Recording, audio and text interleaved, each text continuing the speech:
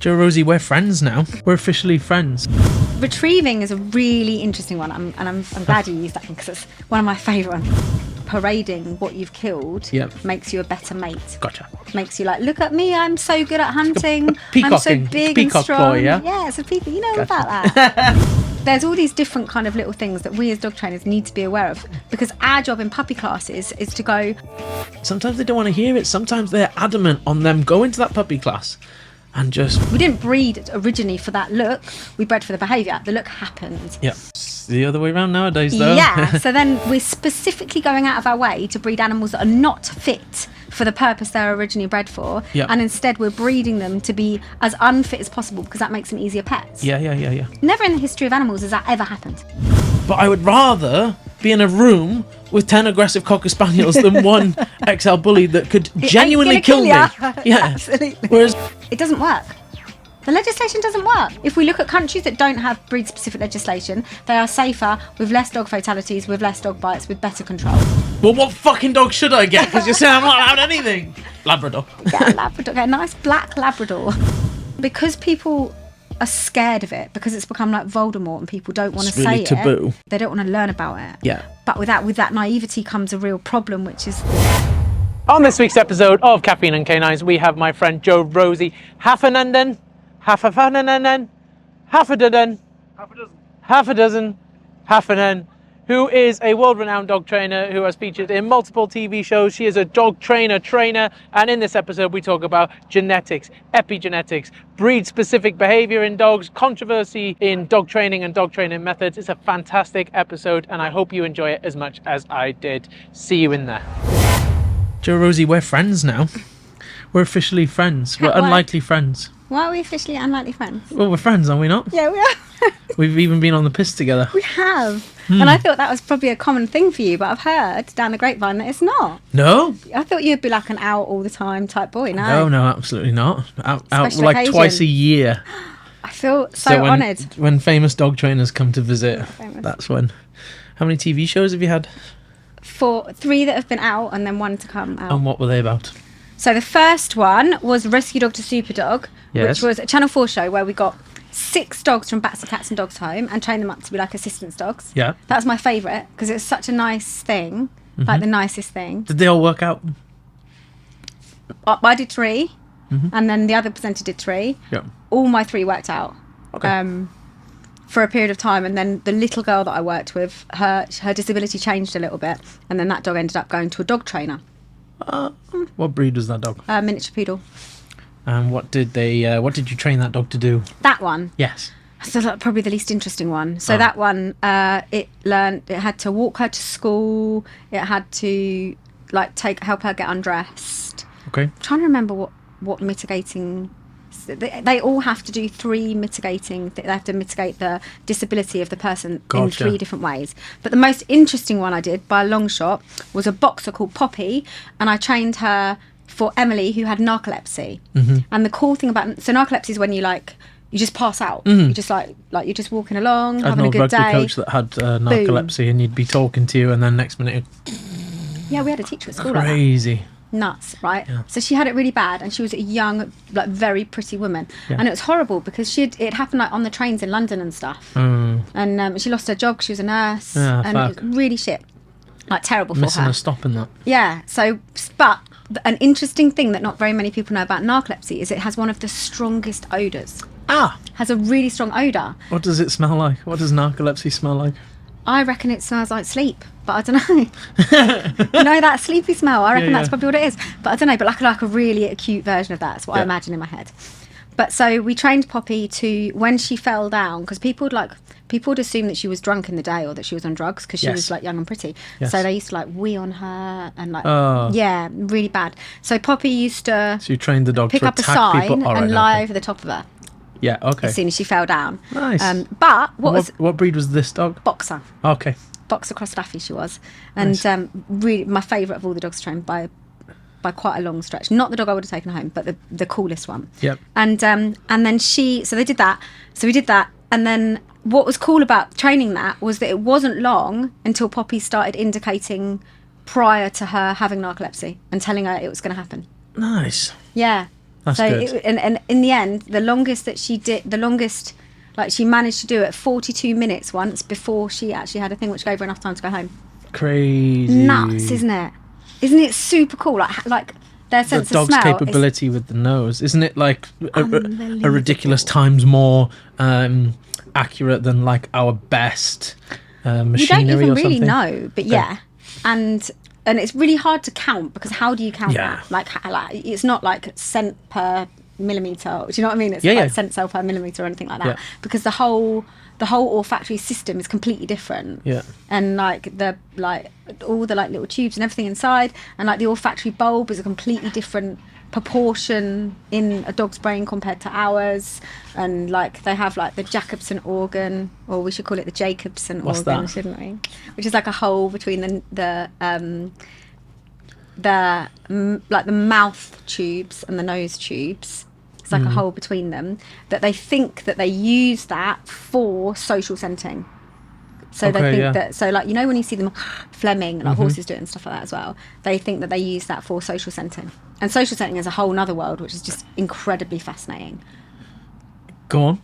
So if I was going into a multi-dog household, first thing I'd do would be to put the dogs outside and watch where they wee. And watch how they use their scent to communicate to other dogs, because you can look at different, like the way like a pair of dogs might mark over each other, and like the whole group might mark in a specific order over each other. And we used to believe that overmarking was competition, like competitive over certain areas, but now we've learned that actually when a group of dogs mark over each other, when another dog comes, or even an animal of a different species comes and smells that, they are actually aware that that's a bigger group. Okay. So they're actually they'll mark out their perimeters and say like, there's 10 of us, mate, 10 of us.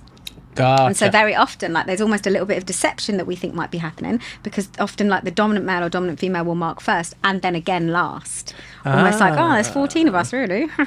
Okay, so when I have a dog in for board and training, I take it out on its own. If it's like reactive or aggressive, I take it out on lead and it marks a couple of times in my garden, and then I let my older male out afterwards, and he finds those exact 3 spots and marks over that. Why is he doing that? That's probably competitive overmarking. Okay. So that's more likely to be like, fuck you. That's how it felt. Gaff. Yeah. But you can watch the body language of the dogs, and you can watch how the dogs are with each other, and kind of add those things together. Okay. And then often you get older dogs and dogs that aren't very well. Yeah. And you'll notice them moving and marking away from the group spot, as if to say like, it's in my best interest for this group to make that mark. I'm going to go and mark over here. And sometimes they'll even dig a hole and mark to be like, I'd rather competitors and like enemies come and smell that group than smell my old ill piss. Gotcha, because they might think I'm injured or something, and then come and attack me. Exactly. So, and we don't even take into consideration things like that, and the fact that dogs can smell whether or not another dog is aroused. They're incredibly socially intelligent, like beyond what we give them credit for, right? So I'm taking a dog for a walk down the street, and one might argue that when that dog is excessively marking over the top of other dogs, it's going to promote some sort of dominant mindset in that dog and increase the likelihood of some sort of reactivity. Is there any truth in that? I don't know. I don't think it's really been studied, and I'm not sure. My experience would say there are too many confounding variables. There are too many things that could affect that, rather than increasing reactivity. I think that there's 2 separate things what you're talking about there. I do think a more dominant dog would be more likely to overmark other dogs' scent more, but I think age has a massive part to play in that. Like when a dog is of a mating age and they are entire, then some believe that marking behaviour is actually like what's called, that's like an innate mechanism in the dog, that they can't help it, like predation, like that they can't even help it, that they smell that and it's a reflex. That's very, very difficult. It's not a fixed action pattern, but it's very close to that. It's like a bunch of muscular pieces of behaviour that happen as a result of the scent of the urine that they can't even help. Gotcha. So you might find a really insecure male is marking almost as much as a really secure and dominant male, because they're an entire male of the right age, and it's evolutionarily beneficial for them to spread their scent so that other bitches smell them more. just on your point where behaviour is genetically innate and it's almost reflexive because of their like being fueled from within. If there wasn't fueled from within, is that why some dogs will override certain higher levels of pressure when it comes to like can be sex scenting, and you know, when they get into that trance where they're chattering and it can be. So it's really difficult when we talk about innate behaviours, because there's also other things that happen as a result of genetics that isn't innate. So an innate behaviour might be, let's say predation is probably the easiest example. Yeah. That most dogs are born to innately predate when they see squirrels running. Okay. Moving fluffies, yeah? Moving fluffies. So there is a particular movement that the fluffy does, and they go into that predatory action sequence. So, and you're saying that reflexively triggers something in the dog's brain to initiate predation, yeah? Yeah. Okay. And we've studied that well enough to know that that's pretty much the case. So we're sure on that one. We're pretty sure. I mean, science is never sure, is it? But we're pretty happy that experience and everything tells us that is the case, which is why it's so difficult to work with, and why it's so difficult to prevent and so difficult to stop when it starts happening. That doesn't necessarily mean like the dogs. The reason that the scientists don't like to call it a fixed action pattern is that even though the dogs are born knowing how to do it, they can still get better at it or not get better at it. Yeah, gotcha. So with practice, they still get better at it. Yes. But then there's this other thing called prepared learning. Okay. So I'm going to give you a human example of prepared learning because I think it's easier to understand. Yeah. So we come prepared to learn that snakes and spiders are scary. Yes. Okay, and we know, but we're not. That's not innate. People think that's innate. We're not innately aware that, like, if I give a baby a snake, it doesn't go, "Oh, that's scary." Yeah. However, if I give you, if I give you a picture, yes, and I say to you, right, I'm going to take the picture away from you. I'm going to change something in the picture. Yes. You need to spot what's changed. If I draw a chair, yes, it will take you longer than if I draw a snake to spot it. Why? Because our whole body system is much more prepared to spot danger. And so we will spot a snake or a spider shape change in a picture significantly faster than we'd spot a plant or a chair. So what is it in our brains that tells us that something shaped like a snake or a spider is potentially dangerous? It's just something that we've learned over time. It's like evolution. Gotcha.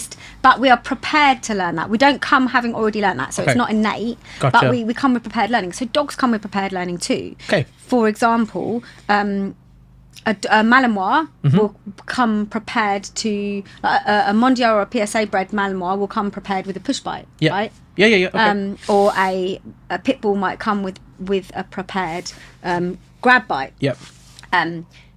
And you know, so all the different dogs are born prepared for stuff, so they're much more likely to learn it, and when they learn it, they're going to learn it a lot quicker and a lot easier. But it doesn't necessarily mean it's innate. So I can't remember what that comes from. It's all good. I'm enjoying it. So we get a Labrador. It's born, and it has that genetic disposition to be prepared to retrieve, or is it going to fucking retrieve because it comes pre-programmed to retrieve? Is that what we're kind of talking about here? Well, the retrieving is a really interesting one, and I'm glad you used that one because it's one of my favourite ones to talk about. Okay. So Coppinger is a guy. There's a guy called Ray Coppinger, and he's the guy who's kind of coined the predatory action sequence in dogs. Yep. So his predatory action sequence was along the lines. He used slightly different language, but it was along the lines of scent and track, eye and stalk. So that's when they look at it and then they're stealthy, they move towards it. Okay. Chase. Yep. Including digging, chasing through the earth. Okay. Grab bite. Yep. Kill bite. Kill bite. Yep. Dissect and consume. Yep. Right. Now, I have my own take on predation because I think Coppinger got it a little bit wrong. Cool. Yeah. So I believe that he missed out possess and parade. Okay. Okay. So after you've killed something, there is the necessity to move it and to have it as yours. And why is that necessary? Because very often, for example, terriers are bred to kill many things very quickly. So they kill, move. Yeah. Yeah, exactly. And also very often, you've got to remember that dogs are a social species, so they'll often need to move it towards so that after they've finished getting what nutrients they want, their the rest of their gang. Usually their puppies can eat the rest of it, etc., etc. Is that like a retrieve element then? Yeah. Yes. So I believe that the possess and parade comes from the retrieve comes from the innate desire to possess and parade. Not from, so Coppinger believed it was a modified grab bite. Okay. But that doesn't make any sense to me, because like golden retrievers and most gun dogs are bred to pick up dead animals, right? Yeah. And there is definitely innate desire to pick up and to parade the dead animals and things of a certain weight and a certain feel. Not alive things. Mm-hmm. So I think there's a possess and a parade. And when we do like protection sport and when we do bite work, we use like that desire to possess and parade all the time. Run them around with the thing in their mouth. Sleeve them, slip it. Yeah. And they'll do it. And they do this like trot type thing. Yeah. And the gun dogs are. And what purpose does that serve? Like there's a sense of almost, it looks, maybe it's anthropomorphic, but it looks like arrogance in the dog where they're like, look at me. What purpose does that serve? Is that more of a dominance ploy when the dog is like, I caught this, look what I did? Yeah, we could only guess, but my guess would probably, when we look at the way that like evolution occurs in sort of two ways. One way is like evolution occurs in order to fulfill an ecological niche. Yes. But in another way, it's selfish, isn't it? It's about copying the number of genes that you can copy. So you do what is going to copy the most amount of genes. My argument would be that parading what you've killed makes you a better mate. Gotcha. Makes you like, look at me, I'm so good at hunting. I'm so big and strong. Boy, yeah? Yeah, it's a peacock. You know all about that. You know all about that, Jacob Morgan. You'd be one of them dogs with the... yeah. Look what I killed. It'd be like, it's a little tiny baby rabbit. Yeah, well done, big man. Well done. Congratulations. So we were talking about predation being reflexive. Yes. And yes. Yes. And is there an opportunity for us as humans to give dogs reflexive responses to things we do want? Or is that a load of shit? Not really. I mean, we can condition response. Obviously, we have Pavlov and we have like conditioning a response, but it's very... And you can condition an emotional response, like John B. Watson. He's the guy who did that mainly. So he was the guy with the... Have you heard about this study, Little Albert? Horrible study with a baby. So they had a baby, they put it on a mattress, and they smashed a big hammer and scared the shit out of the baby every time different animals came past. Yeah, I have heard this. To give the baby a fear of animals and to work out how easily they could generalise that. So in the end, the baby was scared of even just like I think it was a seal pelt, and would cry and freak out. Horrible study. Yeah. That they didn't have an ethical council back then. No. But so there are lots of studies since then that show that we can condition emotional responses by association. Yes. But my argument would be that that's never a reflex, because you can always uncondition them. And the idea of something being innate usually means that you don't have to learn it. At what point does a conditioned response become so strong that it's past the point of no return? I don't think it does. So I don't know, but I don't think it does. And I'd probably argue this backwards. When we have like trauma, like borderline life taking trauma, where a dog, human or whatever, has been so close to something ending and taking everything. And then sometimes on like multiple occasions, especially, it could be soldiers or whatever, or it could be dogs getting attacked by other dogs down the park, and it so happens it's fucking happened 3 times. Yeah. Is there an opportunity there to recondition that? I think there's always, physiologically and psychologically, I think there's always potential, yes. Whether or not logistically that's always possible, probably not. Yep. So I can think of many case studies that I've worked at where dogs have, in my head I'm thinking about a Dachshund that I worked with that was just annihilated to the point of near death. Yeah. Just properly annihilated. Yeah. And during her first season, just at the worst possible point. Yeah. And I would argue that she would never be comfortable around large dogs. Yeah.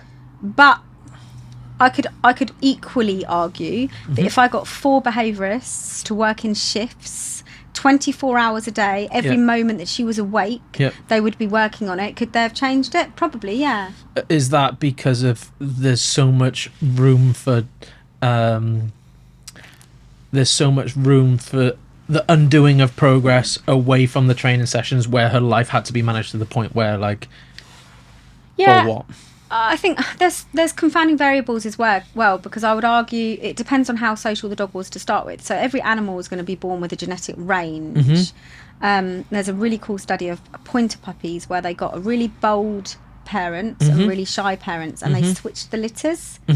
And the shy puppies with the bold parents were still shy, and the bold puppies were still bold.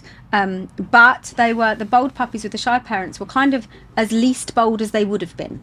And the shy puppies were the most bold that they would have been. Yes. And so what that kind of illustrates is that things are born. They're not born with like.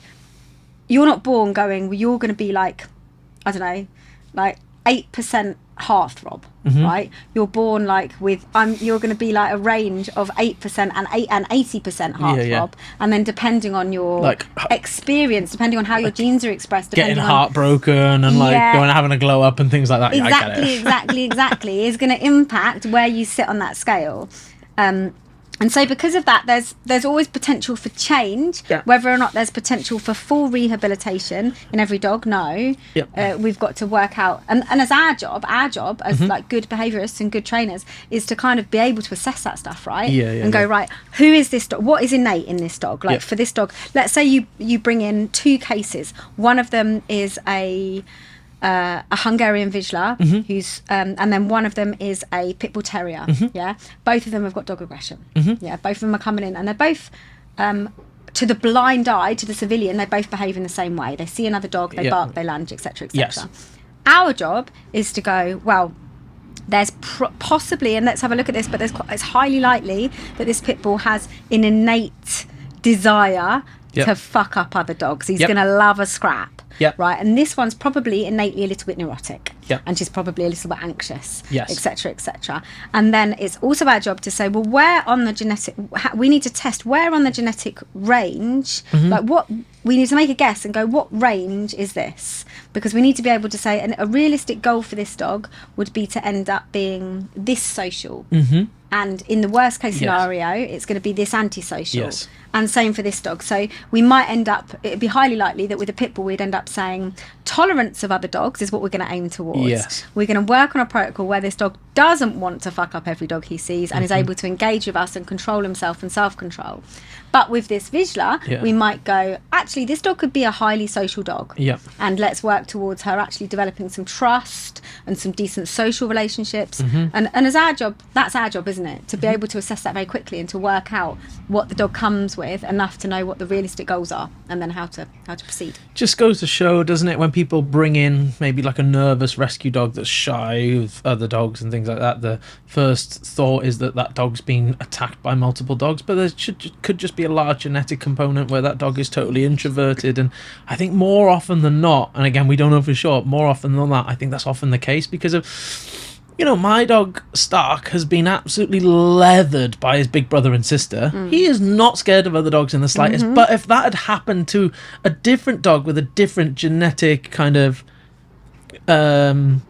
disposition to be introverted towards other dogs, it could have then ruined other dogs for life. And that's where you, as a dog trainer, you go like, you know what, Stark, you probably deserve to get your ass kicked for this antisocial behaviour. I'm going to let it happen because I don't think it's going to put you off dogs for life. Absolutely. But then if it was a more of a nervy dog, like a little puppy had in non-residential, the little Shih Tzu that's like, oh, I'm not sure, of course I'm not going to let Ranger or Darla like kick his ass, because then that could ruin dogs forever, right? So yeah, absolutely. And for me, it just shouts to me why we've got to be so much more better at puppy classes as an industry. Because for me, I like having, like, so all my puppy classes, I've always had breed specific protocols, and I've always been annihilated for it. People are like, you know, we should be treating these puppies the same. Like, what? Like, surely you're going to completely ruin these bully breeds by not allowing them to do puppy play. And I'm like, no, mate, no. I let them play with the adult dogs, and they're like, but you let that dog tell it off. And I'm like, yeah, I did. Yeah, I fucking did. Because while it's still got its puppy license, and while this dog is a lot bigger than it,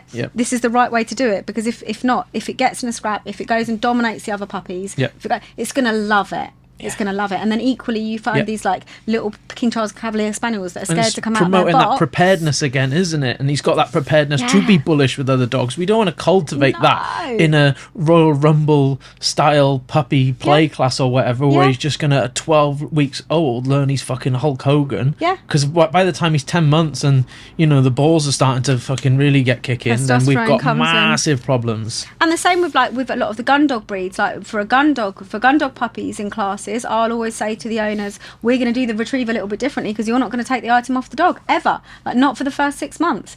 Allow the dog to bring the item to you, and you're going to stroke it. Well done, oh that's so beautiful, well done. Because you do see such a large component of resource guarding and like Cocker Spaniels and things like that. And a lot of that, I think, is that genetic predisposition to possess and parade, which is then corrupted by the owners, because they think the dog is bringing it to them to take off them. And they're like, I don't know why he always brings my ball, but he never wants to play ball. And you're like, he doesn't want to play ball. He wants you to go, well done, that's amazing, you bought me the ball, you're parading it, this is incredible. And so like there's all these different kind of little things that we as dog trainers need to be aware of, because our job in puppy classes is to go, if I could put all the different traits of that puppy in a list and work out where the best he could be in all of his genetic range, what environment and what exercises can I give him to make him the best of what he can be in every one of his genetic ranges. Yes, gotcha. And for different breeds and for different types of dog even, there are going to be massive trends. There's going to be suppositions that we're quite confident in making. And so we're going to go, what we should be going, I'm going to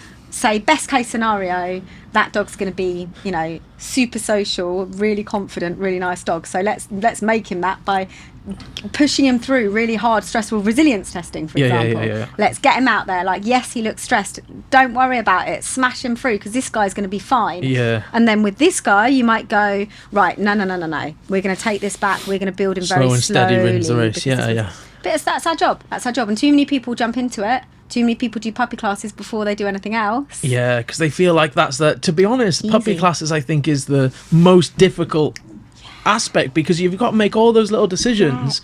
And puppy owners don't want to hear the things like, let's split these two dogs up, because right now they're teaching each other incredibly poor lessons. And let's put this one in one-to-one stuff with the older dogs, like you said, and maybe we're going to kick this dog out of puppy class, but not in the traditional sense that he's a naughty fucker and he needs to go. It's just it would be better that he learns on a one-to-one basis. And puppy owners are difficult to work with that, because of a lot of time when they're doing puppy classes, it might be their first dog, they've read a couple of certain books, and then certain books are promoting certain ideas. And then we're kind of saying, oh, it's better we do things slightly differently for this reason. And sometimes they don't want to hear it. Sometimes they're adamant on them going to that puppy class and just expecting that Royal Rumble. And when we say, right, we're going to put a dog in a 10-foot bubble each and work on like interacting with the handler, like super basic stuff. But they're here to socialise. They're here to play. They're here to like kick each other's ass. And quite often that I think we're to blame for that, really, because we've kind of made this culture of puppy class where puppy class is this thing. People believe puppy classes are 6 weeks long, every session is an hour. They come in and they learn these certain things in a hall or in a thing. I used to do my puppy classes, so towards the end I used to do my puppy classes out in public. So the last 3 sessions, one on the bus, so public transport one, a farm one, and a town one. And it's sick. It's way better. Way better. A, I'm not having to pay for venues. Sneaky. And B, it's better for the puppies. It's way better for the puppies, because you're out there like wandering around like the places that let you in, like the garden centres and the antique stores and places like that, practicing your sits and waits whilst we look at what food we're going to buy. And I think it's really clear when you take them out into the environment how different the puppies are to each other. And that's really nice for the owners to see, because you can point it out and you can be like, oh, look at her pointer over there, look at his behaviour compared to your German Shepherd over here that's like highly vigilant, working line, looking at everything, blah blah blah blah blah. And then you've got your dopey pet dog pointer lines where there's just like, doo, doo, doo, this is all lovely. And it's nice to point that out to the owners, because you're like, this is why we have to train them differently. Because they're different. They're super different. There's more variation in dogs than any other species on the planet. Of course, because if we took a dog that was similar to each other and we like dissected it over and over again till we've got like a massive wide range of like dogs that are from your Malinois, like our Malinois, or your bull herders that are like elite level SAS fucking warriors, to like a Shih Tzu that like would just sleep and lie for 23 hours a day. Like, that's such a great disparity, like, compared to humans. It's insane. Crazy. Like, the giant Great Dane versus the sausage dog. Like, the sausage dog that's, like, aggressive and was ready to take on the world, and the Great Dane that's, like, a nervous wreck. Like, the difference in dogs is insane. And it's almost crazy that us as canine, like, professionals and trainers employed to work with that whole fucking massive range. It's crazy, isn't it? Absolutely mad. And like I find it, like, as a species, the reason that I love them so much, and I just live and breathe getting as much information about them as possible, is because, like, when we look at that journey from that first, like, prototype human that looked at that first prototype wolf at the bins, you know, he was this guy decided he was going to be a bit of a scavenger. He wasn't going to hunt because he's a lazy monkey. Yeah. And then you've got your caveman guy who kind of, like, looks, and you have that little bit of eye contact. From the journey from that to what we've got now is such a cool and weird science experiment. You know, like, basically when we look at the predatory action sequence, and we go back to that Coppinger predatory action sequence of scent and track, iron stalk, grab, bite, chase, bite, kill, bite, humans have taken an element of that for each different type of dog, and they've gone, this one's really good at chasing, let's breed it with this other one that's really good at chasing, and let's create, like, a hypertrophied chasing dog. And that's going to impact the way that the dog looks, because he's going to be bred for, you know, the dogs that were better at that are going to have longer legs, for example, are going to be lighter, better at turning, all that type of stuff. And then they're going to find one that's really good at grab biting, and, and they're going to go, this one's good for killing boar. We've got loads of boar in this region. Let's create these. The collie that's good at stalking. Exactly, like, iron stalk. He's good at moving the animals. So they've taken each of these different traits, and because they've been useful, so they're useful. So this is why we've bred them. This is how all the different breeds of dogs happened. Because we said, well, this is a useful trait, and we know from genetic research that when you breed for behaviour, you're going to get a trend in looks as well. So if we breed dogs that are particularly good at pointing and looking, they're all going to have floppy ears and short hair and these pointy tails and so on and so forth. We didn't breed originally for that look. We bred for the behaviour. The look happened. It's the other way around nowadays, though. So then what's happened down the line is dogs have become almost, you know, you could argue scientifically that they're parasites. They've become almost parasitical now, because we give so much energy for very little actual benefit. If we don't talk emotionally, obviously emotionally it's very different, but like, if we're talking about, like, the physiological benefit of it, very little better. But we fill our cup, we use all of our space, all of our real estate in our kitchen is for bowls, and we spend time washing them and cleaning them and doing their nails and spending money on them and so on and so forth. Bills, insurances, all these, like, plans, all the rest of it. Training, food, the whole lot, right? And to no real physiological benefit. They live off of us, and we've stopped allowing them to breed. We've stopped allowing them to self-select in domestic settings. We don't have like latchkey dogs anymore. So I lived in Spain for 7 years, and in Spain we still have latchkey dogs that in the morning they open the door, off they trot, they come back in the evening, which I love. I'd love to come back as a latchkey dog. But it's cool. It's super cool.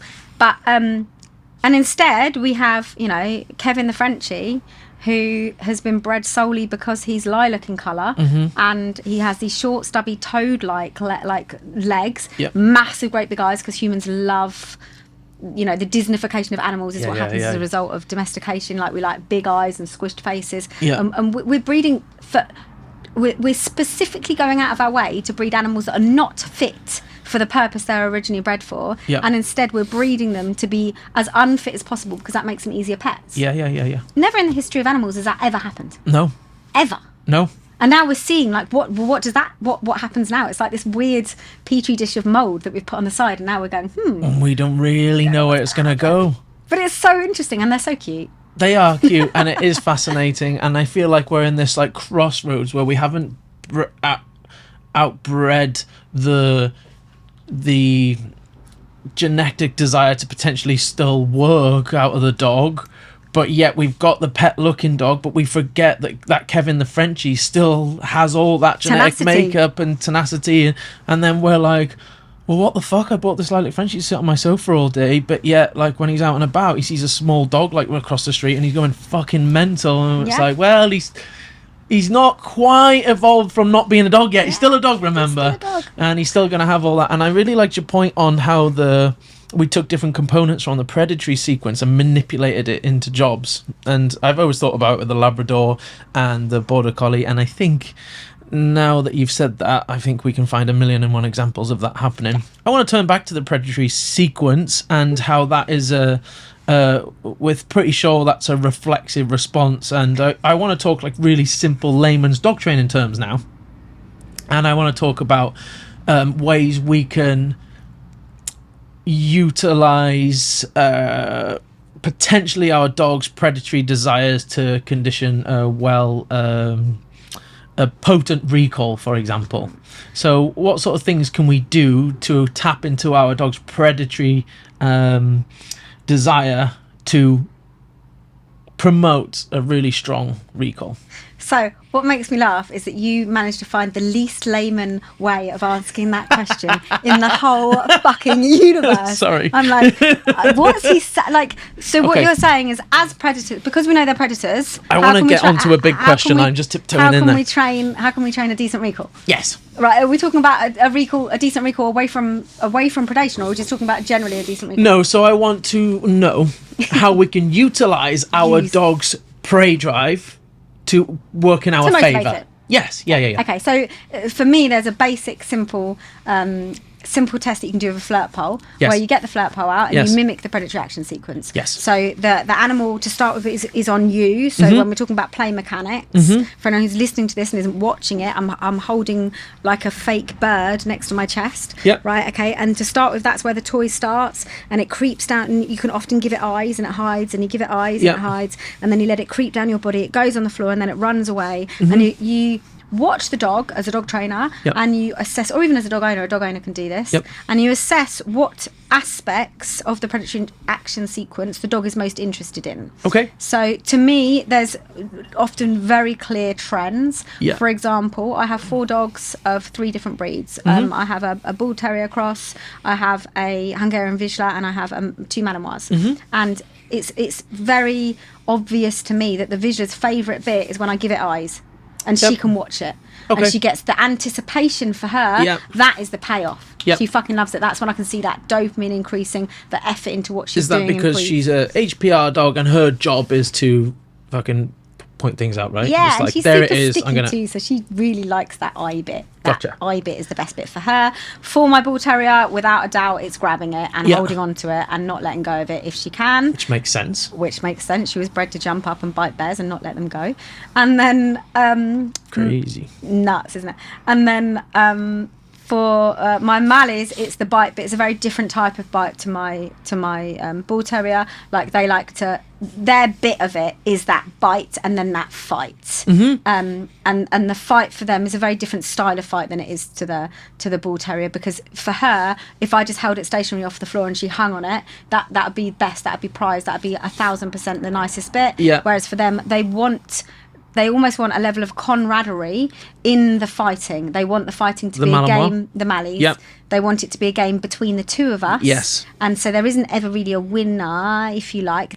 We've both won by playing that game. Yeah. They like the contest itself, and that's probably selectively bred to do the protection and just wrestle with the decoy, and then sometimes the dog doesn't even need to slip the sleeve. There's just that element is enough for him, right? Yeah. Okay. So for me, that little test, and sometimes I'll even have like a nest ball on the end of the flirt pole, which is like a little, usually it's got hexagonal holes in it, and you can fill it with tissue and stuff, so you can even give them the ability to take it and dissect and consume it. Yes. And so we can sort of fulfill that predatory action sequence. We can work out which bit is the bit that's like 10 out of 10, the nicest, most salient, so most important bit. 5 components of the sequence, right? Orientate, so spot it, find it. Yeah.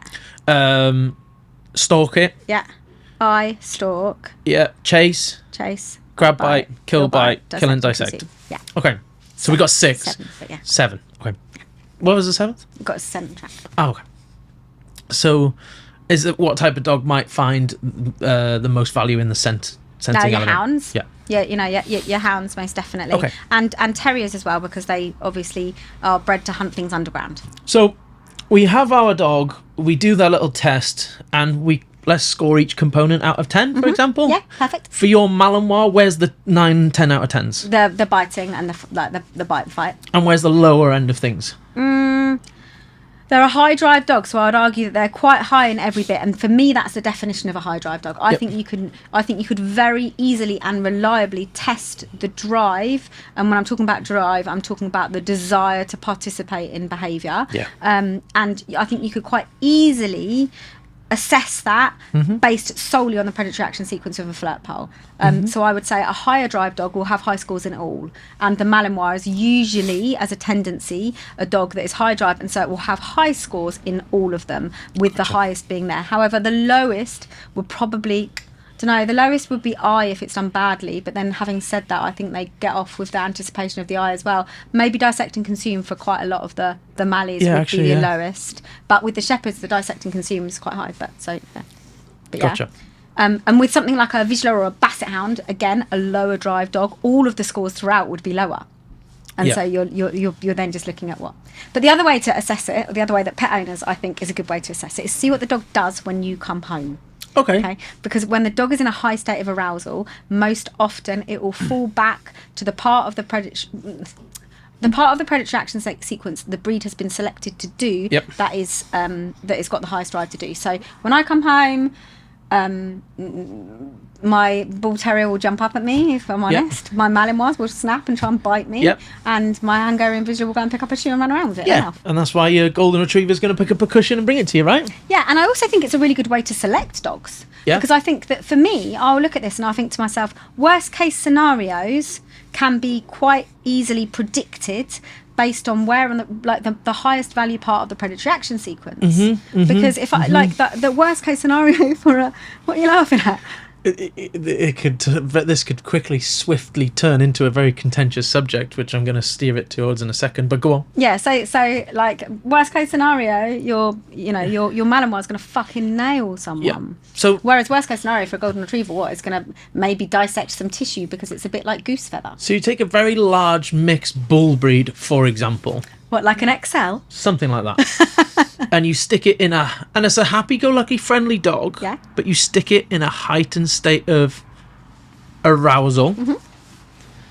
They're likely to switch and turn to that strongest part of the predatory sequence, which in their instance may be what? Well, probably defensive aggression, because that's what they're bred to do.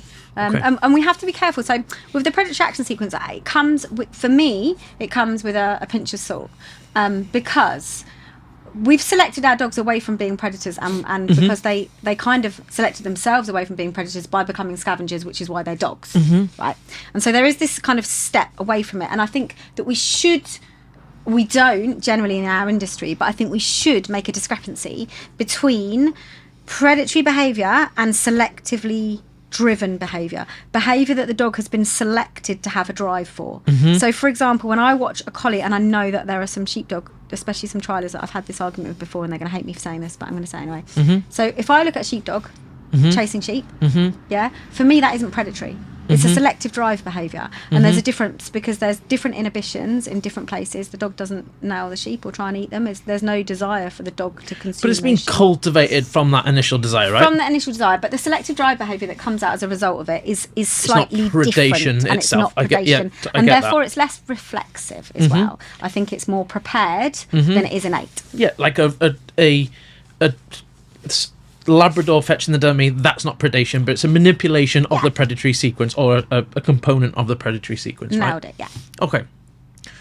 So let's switch it back to our big bullies. Yeah. Can we give him a name? Exel Bullies. No, can we give him a name? Can we give the dog a name? Diesel? Or Venom? What should we call him? Let's give him a nice name. Okay. Should we call him Craig? Craig, yeah. Why Craig? I don't know. It's my dad's name, but all right. So we got Craig the Exel Bully. A lot of these videos that you see knocking around, I didn't want to switch the conversation here, but you've just given me a spur of curiosity. A lot of these videos we see knocking around, so when we're looking at videos to like reshare on Instagram and things like that to try and create viral content as we do, you search an Exel Bully into TikTok, And a lot of these attacks and things that are happening are often coming at the back end of the dog being just in an extreme heightened state of excitement. Yep. So one was an owner was just getting the dog to jump over a fence, and the dog was loving it. Mm-hmm. And then the dog's just gone tipped over the edge, mm-hmm. gone into the state of excitement, and just boom, latched on, and then just gone into that. Yeah. That I'll call it like a flick switch mode, right? Mm-hmm. We've seen it. Yeah. Other examples are where literally like the couples are hugging and then the dog's getting excited, and then we get the bite. Why is that happening? Because the dogs are in a high state of arousal, and they're going to fall back to the behaviour that is most intrinsically reinforcing. So mm-hmm. chemically speaking, mm-hmm. it's the most enjoyable behaviour to perform, mm-hmm. and it's a leak, and it gives them an outlet for mm-hmm. it, and it's enjoyable to them. Yep. Sometimes, but also I think particularly with the Exels, there's a much more defensive. So I've worked with a lot of pit bulls mm-hmm. Because I do expert witness work, so I work with dogs that get in trouble with the law, mm-hmm.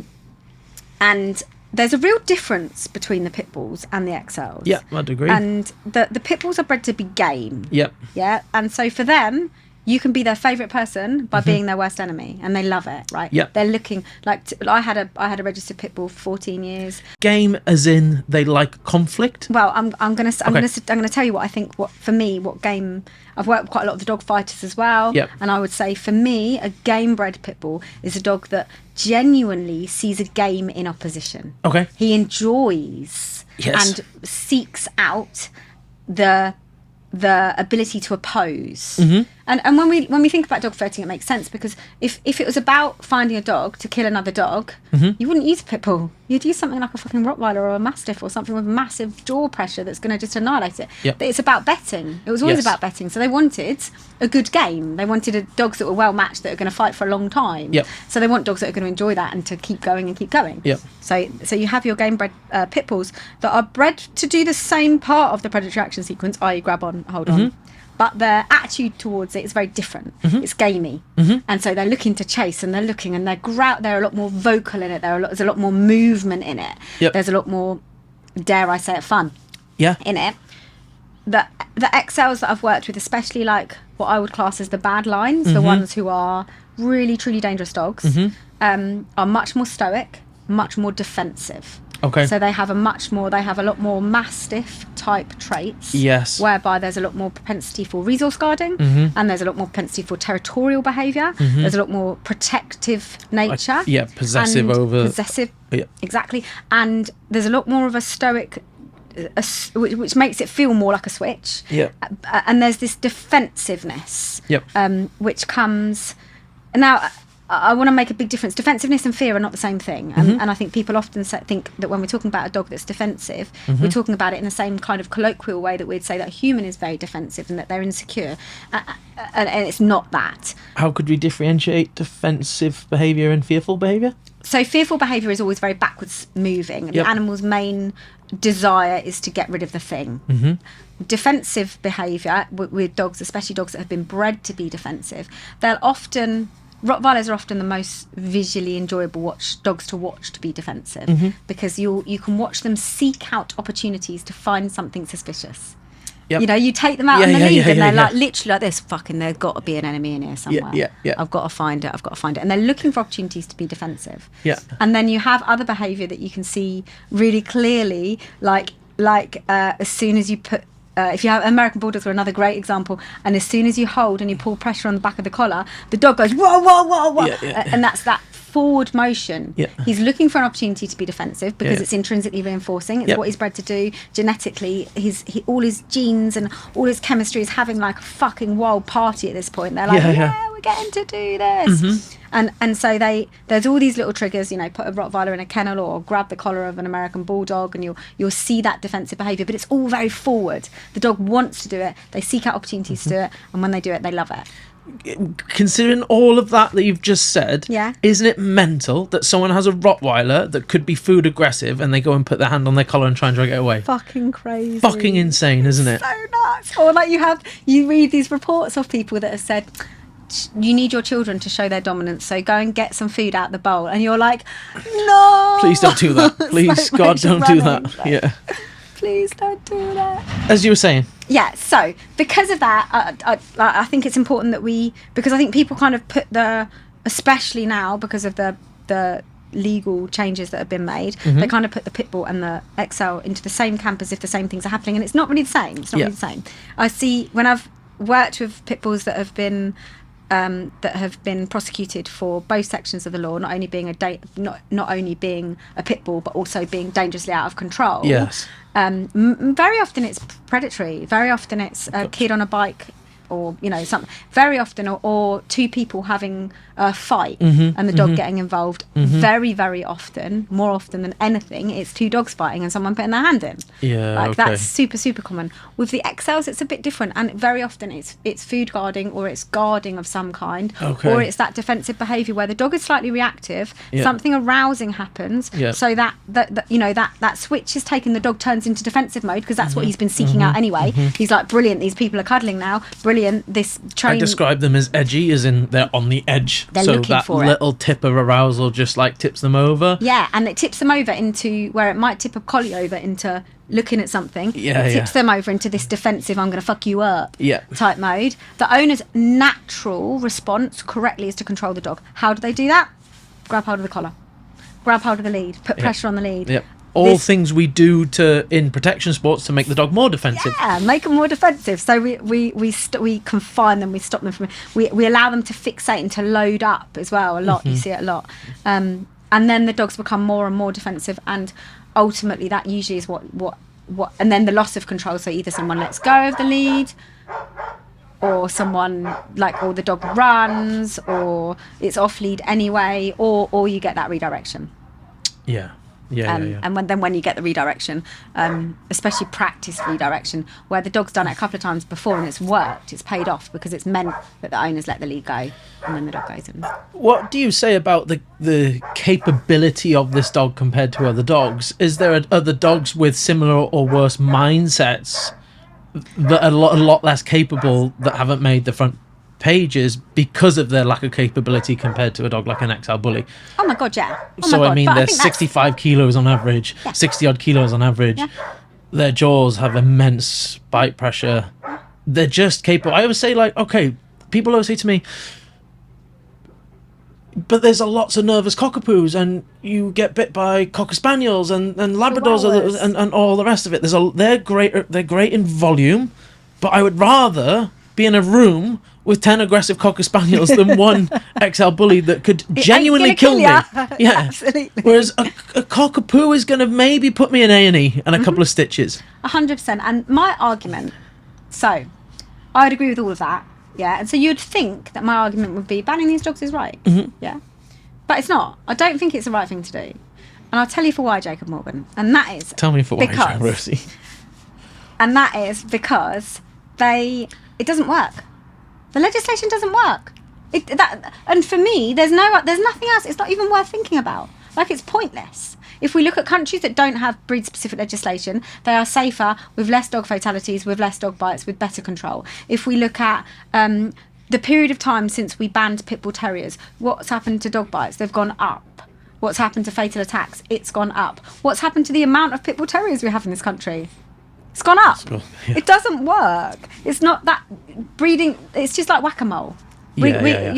What happened when we decided that the pit bull terrier was the bad dog, the devil dog of choice, and we're not going to have them anymore. What did people go and breed? People went and bred Exels, which is just like a monster version that's more defensive of the pit bull terrier. Yeah. So what's going to happen now? We're just going to breed the same dog, but it's going to be fluffy, or actually breed the pointy-eared ones. Yeah. Breed a bit of Malian there, breed them to have pointy ears, and then they don't have the thing. Fantastic. What do we end up with? We end up with fucking defensive teeth, gameness, and this absolutely nuts drive. It doesn't work. It doesn't work, and it's it frustrates me as well, because I do think that there's when I look at the government legislation generally, it's so anti a very specific cohort of low socioeconomic groups. And I just think that, you're going to ban a hoodie and you're going to ban drill music, and now you're going to ban the breeds of dog that are cultural identity for the underdog class of person. And I just don't think that's right. I think that, the same way that your middle class man with his Land Rover is going to have his Labrador, there's nothing wrong with them kids in the street choosing to have a pit bull terrier. As long as they're trained. We need more education. We need a cap on how much dogs cost, so that dogs aren't being bred for money, because I think that would make a huge difference. Yeah, of course. And just decent training. Yeah, there's so much onus needs to be put on the breeding, right? It's just insane that you can just go and breed fucking any 2 dogs. No matter what. Having literally this morning stepped out of a steering committee for the government, that is what they're looking at. Good. That is what legislation should be looking at. Good. Over the next couple of years. It will be massively putting pressure on the dogs physically, and and how dogs are being bred and who's breeding dogs and stuff like that. Which I think is 100% the way forward.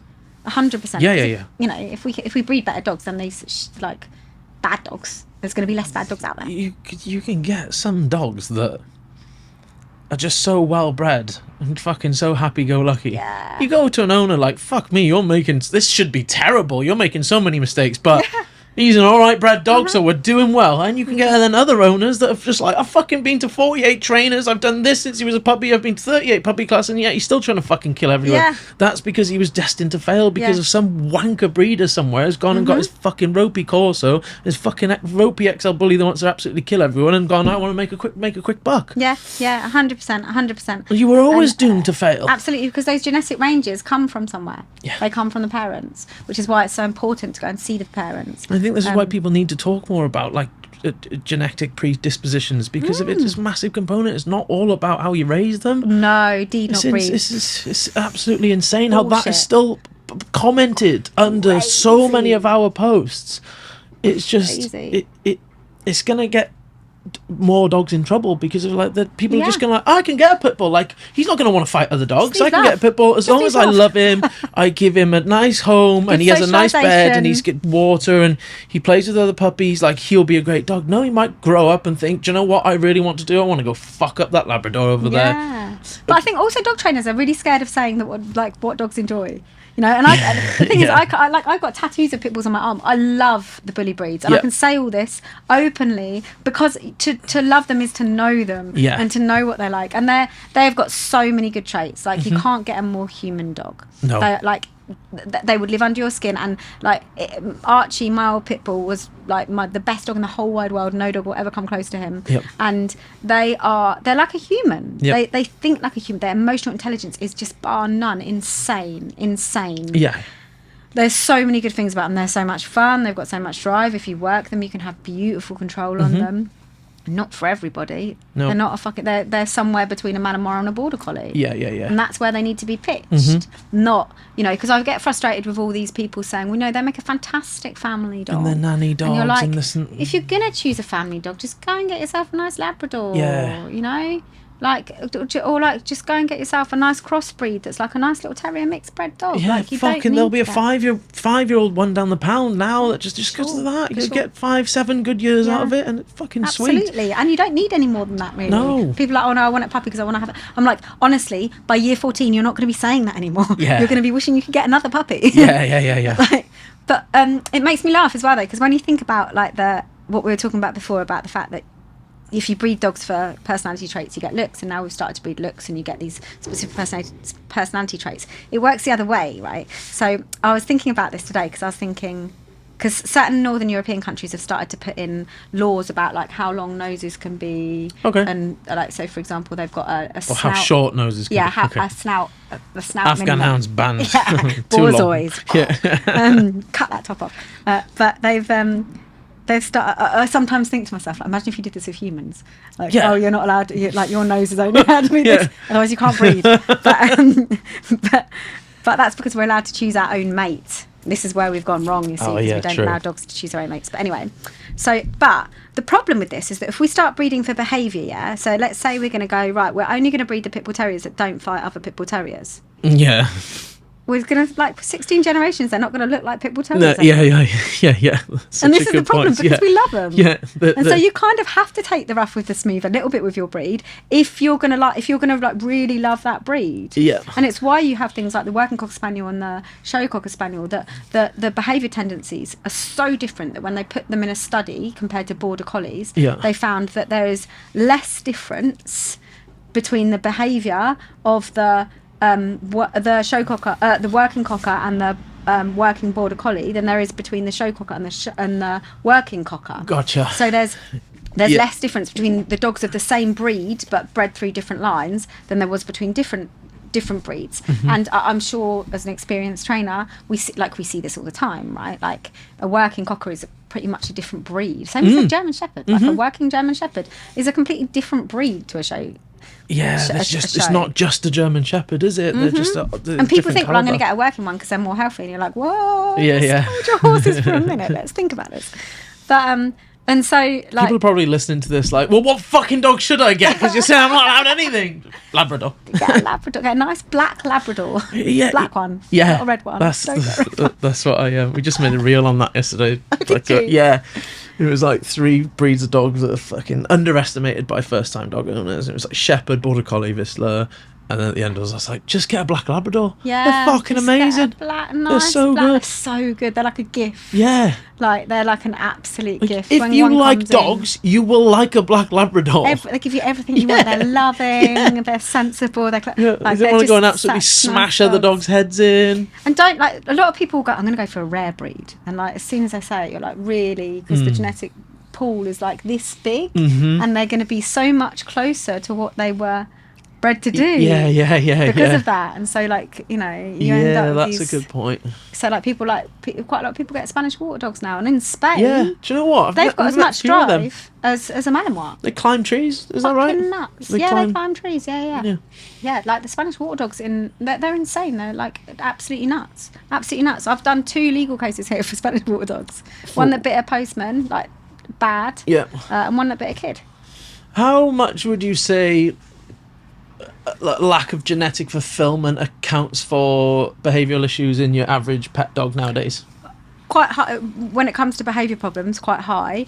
There's a really nice model called Hull's hydraulic model, and it's one of my favourite ways of thinking about genetic fulfillment. But like biological itches and things like that. And it's this diagram that's like a tank with a tap that fills up. Right, and that's the model of it, and there's different aspects of it that refer to different parts of drive.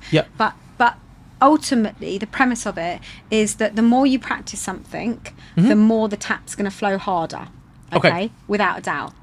The dog's going to be born with the tap flowing a certain amount anyway. And if you don't do anything with the water, it's going to leak out. Okay. So so as a behaviourist or as a trainer, we're always looking for ways. We need to make sure it doesn't leak. Because if overflow, you mean? It doesn't overflow. Gotcha. Exactly. It doesn't overflow. So there's a tap going in and a tap coming out. A tap going in, and it's a tank. Okay. Right? But when we can use that water. Right. And when we use that water, when we're itching those biological scratches. Gotcha. So the easiest example is probably playing tuggy with a staffy, right? Because that's the most contentious one. The argument, I don't want to play tuggy with my staffy because it will make them more aggressive. It'll promote that behaviour. It's not untrue, right? Because if you play with it loads and loads, you're going to turn that tap on, it's going to flow faster. Yes. If you don't play with it at all, because they are a dog with a medium drive, it's going to start to leak out, and they're going to grab the sofa, and they're going to grab visitors coming in, and because that water is always going to flow. Yes. Because that's biology. Yes, you can't turn that tap off. Can't turn that tap off. And so our job is to kind of go, well, how hard is this tap flowing? Let's try to practice it enough to keep this water at a decent level, but not turn the tap on too much harder. And I see trainers go really far one way and be like, well, this dog needs biological fulfillment. It's a German Shepherd, so I'm going to start bringing it to bike club. And then and you think to yourself, you're letting the genie out the bottle. These owners are never going to be able to fulfill this. They're never going to be able to sustain this. And sometimes, especially with that type of dog, and you start putting defence on that dog, you can unleash the beast a little bit. Massively. And then the element of control needs to also increase with that. So it's like, okay, let's just like play some tug. Let's get the dog off a lead so he can just sniff and be at liberty a little bit more. We don't need to turn him into an SAS Ninja protection dog. You're like, we don't need to go that far, right? So we made a post on this recently on Instagram, and someone said, I've got a German Shepherd, how can I fulfill him? And then someone was like, IPO Schutzen, and I was like, fucking hell, you don't need any of that. Just take him outside, put him on a long line, and just let him like be. Yeah, fucking hell, that might be sound for that type of dog. Yeah. We don't need to go and. Because otherwise, you're turning that tap on. Yeah. And you've got to also, when you're looking at that kind of diagram at a dog, you've got to think of how the owner is going to manage that water. Like like whether or not the owner is someone who's going to be able to drain that or not, and so how much you can afford to turn it back on more with that owner, with their skill set, their logistics, their lifestyle, etc., etc. Yes. And so I think when it comes to biological fulfillment, it's one of those that I love all that, but we have to look at it in view of pet dogs and in terms of what the owners can do. I've been helping to raise a really beautiful little EBT puppy, and like everything in my body stops me from wanting to do PSA with her because she's got everything to do that. Yes. But she lives with a 9-year-old little girl. And her dad, and it's not right. It would never be right to do that. And instead, we've taught the little girl how to play tuggy in a really nice, safe, controlled way, where she can play a little bit of tuggy. She outs the dog sits. She plays a little bit more tuggy, and that's actually completely fine for that dog. That's going to give that dog everything it needs. And that's a much better way of doing it. That's a much more appropriate way of doing it. It's interesting, isn't it, how many trainers talk about tools and things and methods and treating behavioural issues at the surface level on both sides of the spectrum, which we can touch on shortly, when these sorts of conversations that we're having now are often conversations and things that need to be thought about irrelevant of tools. Yeah, completely irrelevant like of tools. The fulfillment of the dog, and now a tap analogy here, like all of that is just management and a bit of play with the dog. And I feel like we should only be arguing at the very, very top of the pyramid, and we should all be agreeing that, okay, let's check out this dog's health, let's make sure this dog is fulfilled, let's make sure this dog is motivated. Like, people don't consider like motivation at all before they start training. Something that really annoys me about both sides of the spectrum is the dog trainer that is perhaps averse to utilising pressure in their training will say that we're not addressing the underlying issue, and then they'll go straight to the engage-disengage game. And then the dog trainer that says that all dogs are different and need different approaches are going to go put a slip lead straight on the dog and like just try and crank it out, right? So I feel like these sorts of conversations are only done at the very, very top of the pyramid, but a lot of dog trainers are forgetting about the genetic fulfillment component and things like that, and I'm just quite conscious that needs to be brought into the conversation more, 100%. As opposed to just like arguing about prong collars and e-collars, right? Yeah, and I think we've got the technology now. Like, first off, we've got the technology to educate the members of the public, as you guys do so well, to these sorts of things anyway. But also when I'm training a trainer or a behaviourist, I'll often say to them, having those first initial Zoom calls, get a deposit, because obviously we're all making a living. Get a deposit if you can fix it without ever having to take your jams off. You keep your jam bottoms on, just put a nice top on so they don't know. Have a conversation, and talk about all of these issues. Get a nice, often it's either one way or the other, but often it's either the dog's not having enough biological fulfillment and there's not enough control in that, and there's not enough structure there, or there's not enough boundaries and structure in the home. And then, but all of that stuff that's really easy to deal with remotely. And very often you can fix, like for separation anxiety, very often you can fix separation anxiety just by looking at like biological fulfillment routines and daily structure, right? And if you can do that, if you take your deposit first and you can do that remotely, job done. Jobs are good, and like that's a much easier, much better way of doing it. If you can solve like 60% of your cases by working through that what I would class as bottom of the pyramid stuff first, great. Like, why not? Can I just say, it's so cold in here that I can see your air and my own. I know. Are you shaking yet? Some people have tapped out through the cold. Not shaking. But I've got like the biggest coat on in the world. Yeah, but I think I've got like a little bit of Northern Heart. Yeah. Yeah. Yeah, you do now. Yeah, I do now. I've been up here for long enough. You've like been we're good enough friends now. I know. That I've got a bit of your Northern Heart. My black Northern Heart. Little black coal Northern Heart. Okay, I want to maintain structure of this podcast, so we're going to circle back to the predatory sequence. So we've got our dog, we've got the 7 steps of the predatory sequence we've established, which is our dog's favourite. Now, the predatory sequence always happens in that particular order, right? It can't go yes, but. Okay. Can I put my button on? Yeah, go. Okay. Yes, but different dogs and different dog breeds have been bred to have exaggerated but also inhibited aspects of the predatory action sequence. Okay. For example, a nice example, which I always think people don't know about, is that a lot of the livestock guardian breeds, when they're assessing them, they'll put a carcass in the stable and they'll choose the puppy that doesn't eat from the carcass. Okay. So dissect and consume, they try and pull it out of the gene pool because actually if they dissect and consume the wolf that they've killed that's going to eat the sheep, what are they going to bring in? More predators. Yeah. Because of the smell of their warm Gotcha. so a lot and so you often find that dogs like that don't have a dissect and consume, or they have a very inhibited dissect and consume. Okay, so that's why when you get one on residential, they'll go a fucking week without eating. Exactly. Yeah. Right, and so you have these different aspects of the predatory action sequence that have been inhibited or exaggerated. Sometimes they're completely took out. And then the other thing that we have to bear in mind is sign stimulus. So what elicits the predatory action sequence? What elicits the predatory action sequence for one dog doesn't for another dog, i.e. I have dogs that won't chase squirrels but will chase birds in the sky and vice versa. And ones that will chase boar and ones that will run from boar. Yeah. Right. And then also what's quite fascinating is that you've got to remember that predation is a dance between predator and prey. Yep. As an aside, I've often considered that the prey sequence is also intrinsically reinforcing for the prey.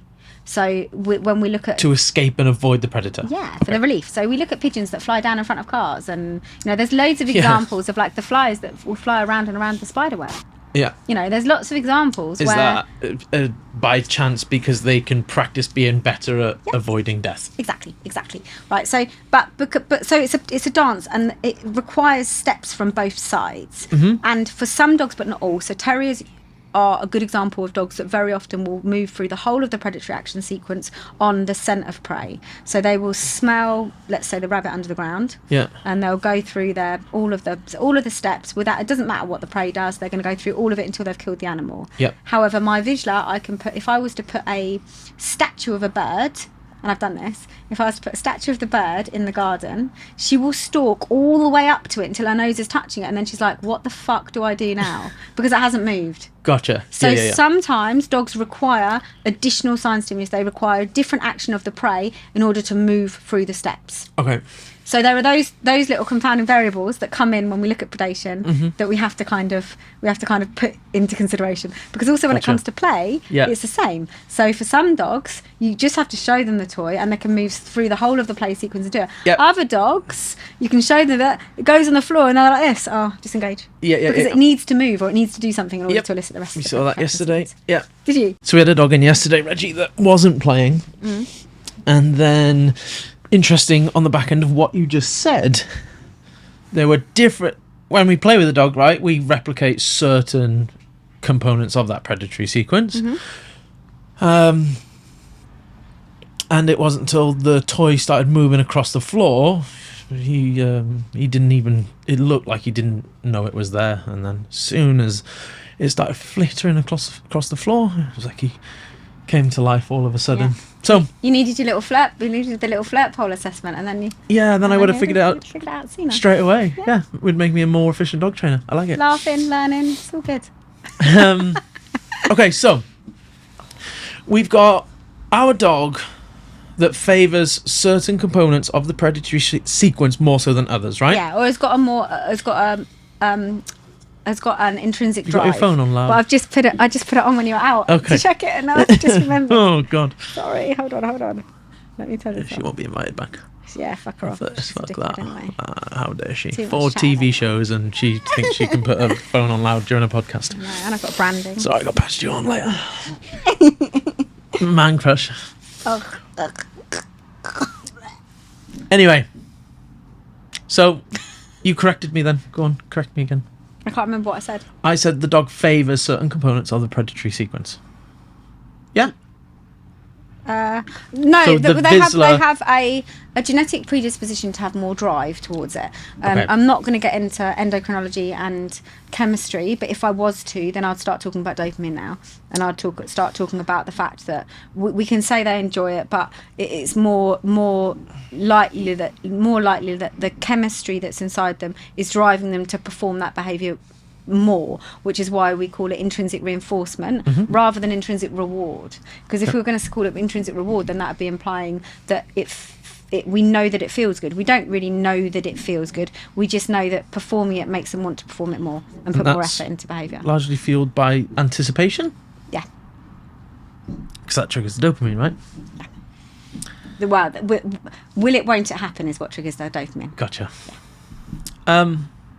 Okay. Which can be anticipation or apprehension, and that's really important that we know that, because apprehension of will it, won't it happen of something bad, or anticipation of will it, won't it happen of something good, both stimulate dopamine, so both increase effort. So and when it comes to our methodology, it's really important that we know that. So you're telling me the avoidance of something uncomfortable could trigger dopamine in a dog? Mental. Yeah. Well, so that's why the avoidance of something unpleasurable to my dog could be motivating. Yes. Positively motivating. Well, it depends on how you class positively motivating, because if you remember the conversation that we had 4.4 seconds ago, I was just saying that we don't know that it feels good or not. Oh yeah, like it's just chemically reinforcing. Yeah. So yes, it is motivating, i.e. it motivates more behaviour and it motivates more effort. Yeah. We don't know that it's colloquially positive motivation, because we don't know whether or not that feels good or not. Okay, gotcha. Gotcha. Yeah? Yes. You with me? I'm with you. Good. I'm glad, Jacob Morgan. Go on. So, we have the Vizsla, and its favourite part of the sequence is potentially, or the dog, the part of the sequence is more drawn to. Can I say that? Yeah. So you like, is really. Potentially the eyeing, stalking. Yeah, and so, like for some, like that chasing part, because to flush the birds can be really intrinsically reinforcing as well. And for some, the picking up and possessing and parading massively, because the dogs are HPRs, so they're hunt, point, retriever, so there's still that retrieving. And different lines of Vizsla and different lines of HPR, you'll see there's more of an emphasis in the hunt, more of the emphasis in the chase, more in the emphasis in the stalk, more of the emphasis in the retrieve. My Vizsla is very sticky, so hers is definitely in that eye and stalk, or even pre that in the scent and track, to be honest. So we get to know our dog, and when we're out and we want to practice our recall, do we want to recall our dog before they go into the strongest part of the predatory sequence? 100% yes. Okay. And that's exactly how I would do that, because that's exactly right for me when I look at predation. So I look at predation in the... And I'm fully on board with you here. I agree. There are ebbs and flows of how much drive is within each of those bits. Yep. And we want to call the dog off before they get to the highest bit. Yep. It also teaches us, or it also helps illustrate why a high drive dog is so much harder to pull out of predation than a lower drive dog. Because actually, when you think about it, like the hounds, the highest part of their sequence is likely to be the scent and track. But we can pull them out of that quite easily, because the highest part of their drive is probably lower. And actually, with the hunt and with the search and track dog, because the highest of the high for them might still only be a 3 out of 10 prospectively to the Malinois, that it may be a 10 out of 10 in the actual grab bite.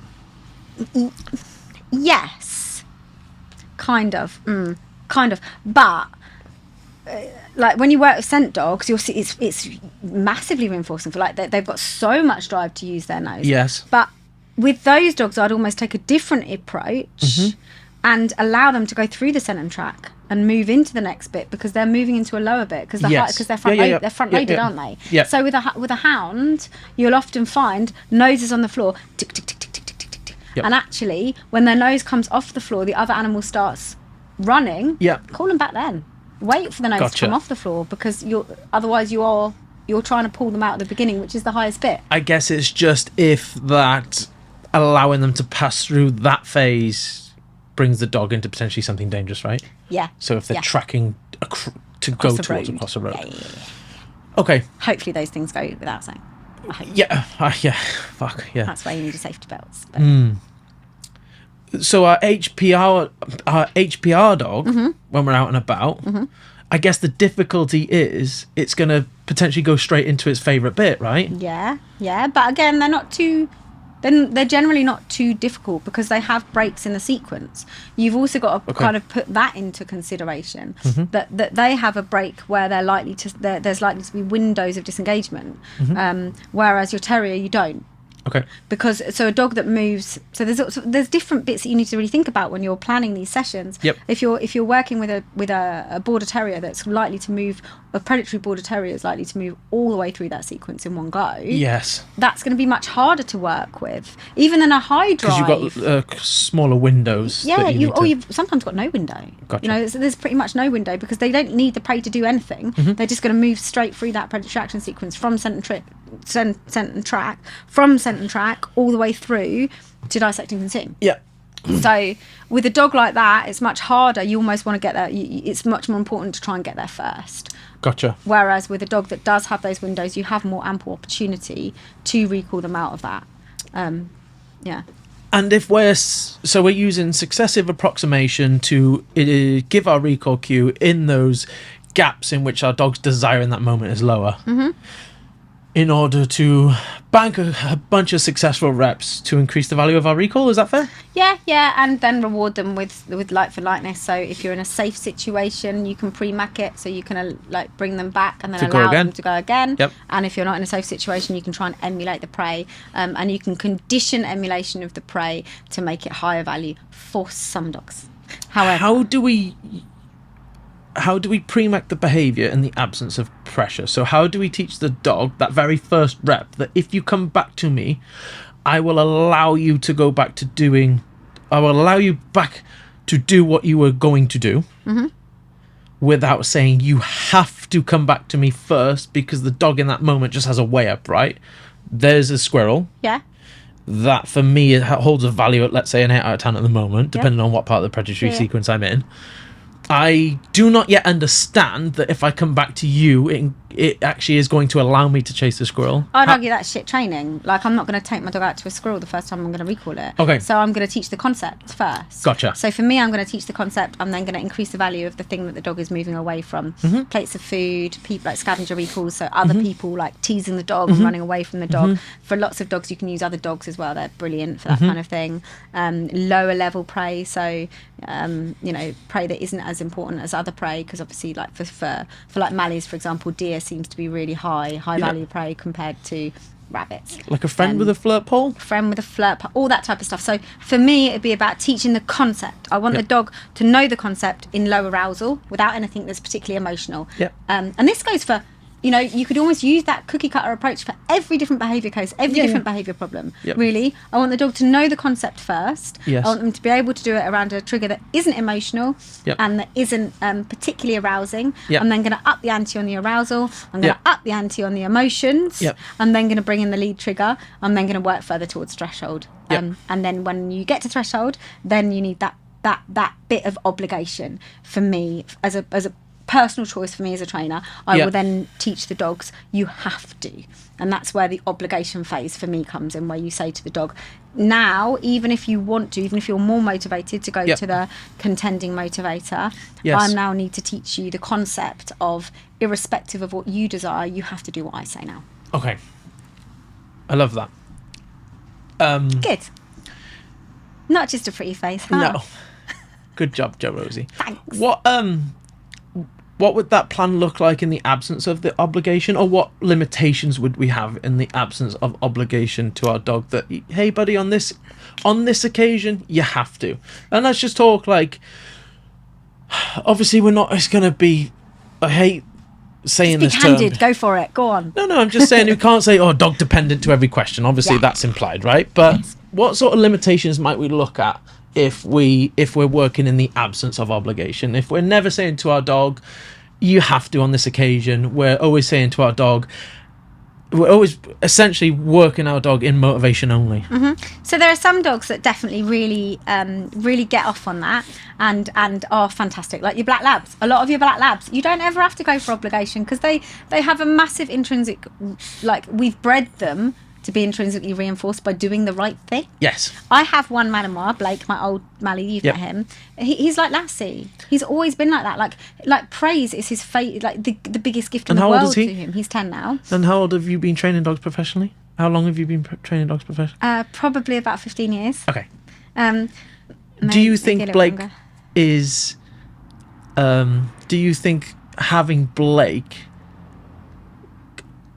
and his behavioural traits and temperament Yeah. has an influence on how you have looked at dog training? He's the only good dog I've ever had. Okay. Like, he's the only good dog. Okay. So the first dog I had was a Border Collie, and then I got an American Pit Bull Terrier who was a fucking nightmare. I loved him. Yeah. And then I had a Cane Corso, and then I got my Hungarian Vizsla, and then I got... Why do you say Vizsla, but you say Cane Corso? Because fuck you. Okay, go on. And then, because I can pronounce anything however I want. Okay. And that's how I've chosen to pronounce it. I gotcha. Cane Corso, like sugar caney. Yeah.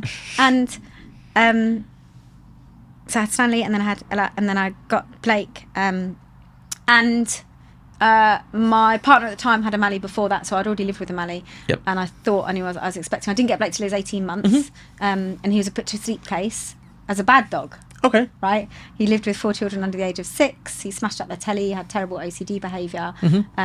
People who know about genetic disorders, he's poly A22, which means he's got the aggressive gene in the Mallee. Yep. But he absolutely has taught me, like, I've fostered over 100 dogs, so I've had lots of different personalities and different types of dogs, but he has taught me the value of a dog who is genuinely, to the core, to the absolute bones of him. He will do anything. He will cross a busy street to be a good dog. Okay. For him, I don't know why, he is desperate to be a good boy. Like, it causes him trouble, like, especially in protection. It's caused him a lot of trouble, because I used to trial him at Mondio Ring, and it's caused me grief. But he's a genuinely a good dog, and for a dog like him, praising him motivates him, and like, I just have to give him the look. And that to him is aversive. That's enough pressure. That's enough. I can give him all the boundaries and structure he needs with that look. Right? Does that suggest that look has an innate effect on him, though? Yeah, and we know that about Unless dogs. it's been associated with something else in the past, right? No, not necessarily. Okay. So what we've learned about dogs, and actually, let me answer your question first, and then can we come back to that? Because that's pretty much where my answer is going to go. Okay. So when it comes to obligation, if we don't give the dog any concept of obligation, which actually would be very difficult to do, but if we give them, let's say we give them no concept of obligation, there's no non-negotiables. We're always just putting the dog in an environment where you choose, their best option is to, like, is works in our favour. Yeah. And like I say, like you said, there are some of these beautiful unicorn dogs that works wonderfully in our favour, and that's if all of those genetics and everything that we've talked about so far in this, all the stars align, the dog's been put in the right home, it's exactly got the right genetic predisposition, everything works in its favour. We don't have to tell the dog to do anything, because what it wants to do is exactly what we want it to do. Lovely, jobs are good, and we don't need any of that obligation. That doesn't really happen. Very seldom does that happen. And we don't see that happen because they don't need to really bring their dog to a dog trainer? No, not at all, not at all.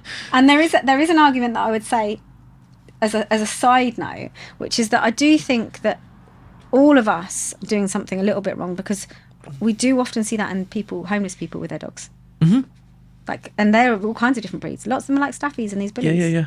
And they seem to have, like, I sometimes feel like my best option is to go and shadow a homeless person with their dog for like a year or two. Yeah. And just let's have a little look what's going on here, because it seems like all of you have nailed it. Yeah. It's insane. Yeah, right. But anyway, let's put that aside, because I've got theories on that, but I think that's a different podcast. But go on. But so when we think about these dogs and the obligation, 9 times out of 10 there are competing motivators because of the selective drive behaviour and because of what we've bred them to do. Yep. And those competing motivators are really what causes the need for there to be obligation, right? Yes. Okay. So there is a need, because the competing motivators are things that are usually difficult to manage in a management. Management also fails. Of course. And they're very difficult for us because there is a competing motivator. Depending on how high that motivation is intrinsically, depends on what level of aversive is necessary to make it not worth the while of the dog doing it. Let's say chasing a boar is 10 out of 10, beautiful, wonderful, the best thing in the whole wide world. Right? We can't offer the dog anything that's going to trump that. And even with heavy conditioning, we can't offer anything that's going to... And that's even before we think about the fact that form of behaviour is quite often instrumental, i.e. it's not going through the same parts of the brain that lots of other types of aggression are. The dog isn't making a moral decision. There's no... It's almost reflexive. Yes. Right. So in order to to teach the dog an obligation depends on how much of a competing motivator it is. Will depend on what level of obligation the dog needs. Yes. And obviously we work through this a lot in protection, because the decoy is incredibly motivating to the dog. Biting the decoy is incredibly motivating. The dog, there's no way that you're going to out a dog without a level of the concept of obligation. Yes. They have to know, I've got to do this because I have to do this. Because that's the be all and end all for that dog in that moment. That's everything they're doing is in order to seek that. Exactly.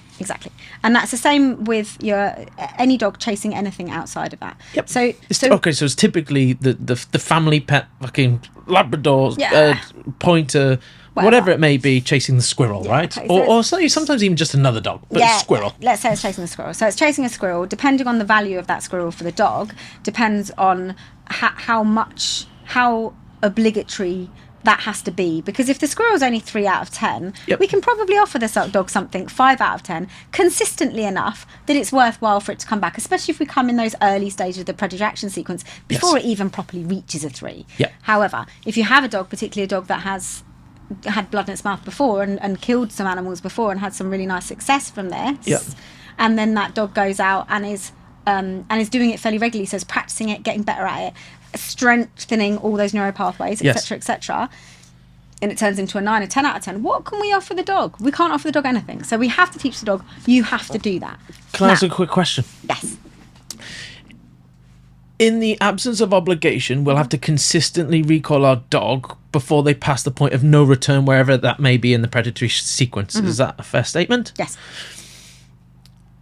If we look back at our bathtub analogy, are we then at a danger of not adequately and allowing our dog to tip water out and become biologically fulfilled if we're always interrupting that predatory sequence before he has opportunity to practice what God put him on earth for, and is to complete that predatory sequence, because that's an innate desire, right? Yeah, 100%. And when we take this whole example and look at dogs that were bred to fight other dogs, it puts us in a really tricky moral situation. Yes.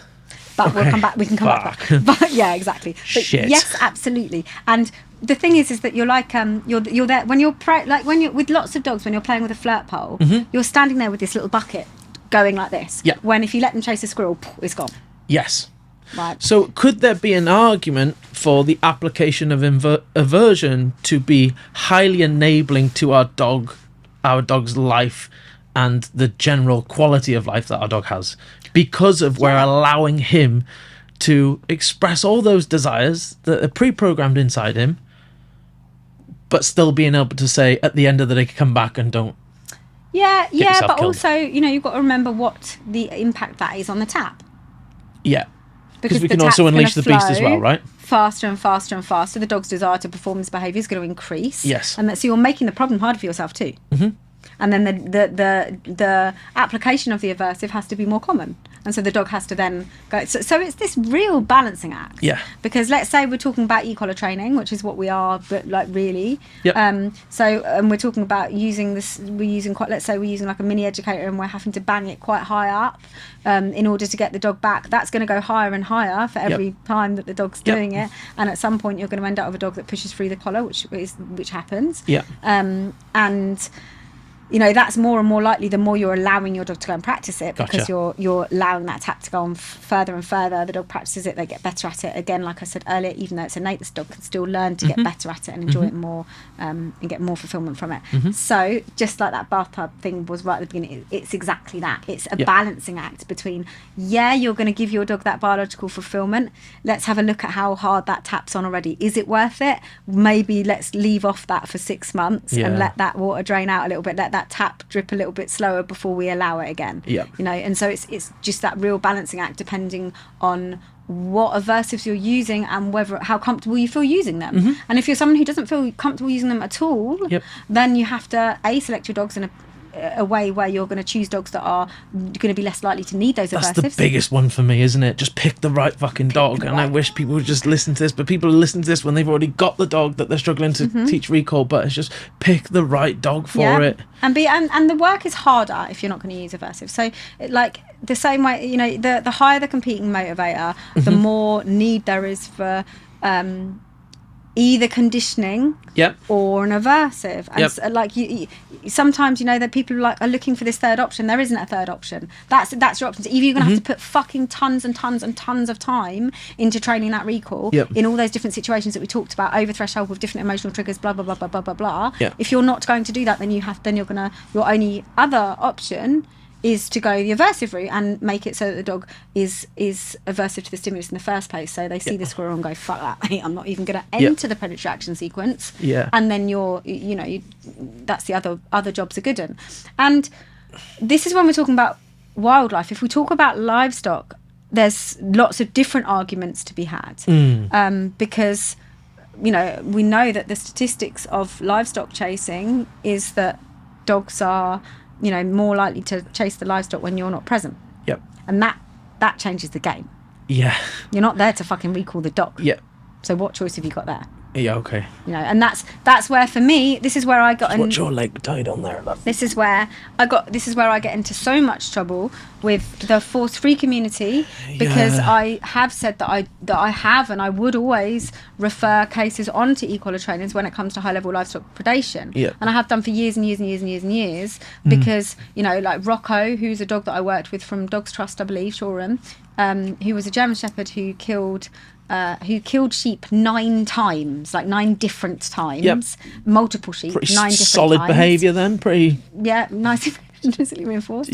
He had gone to 3 homes. This was the 4th home. There was sheep outside the fence. They lived in a farming community. There were sheep outside the fence. If this dog didn't survive in this home, the dog was going to die. The dog got out and killed another couple of sheep. The farmer said, you know, what we're doing here, because I'm going to kill that dog if he comes back in the field again.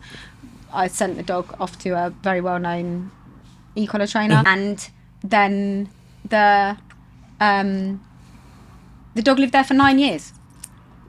Happy, no problems, no problems at all. And I have no ethical. Yes, I can sleep at night.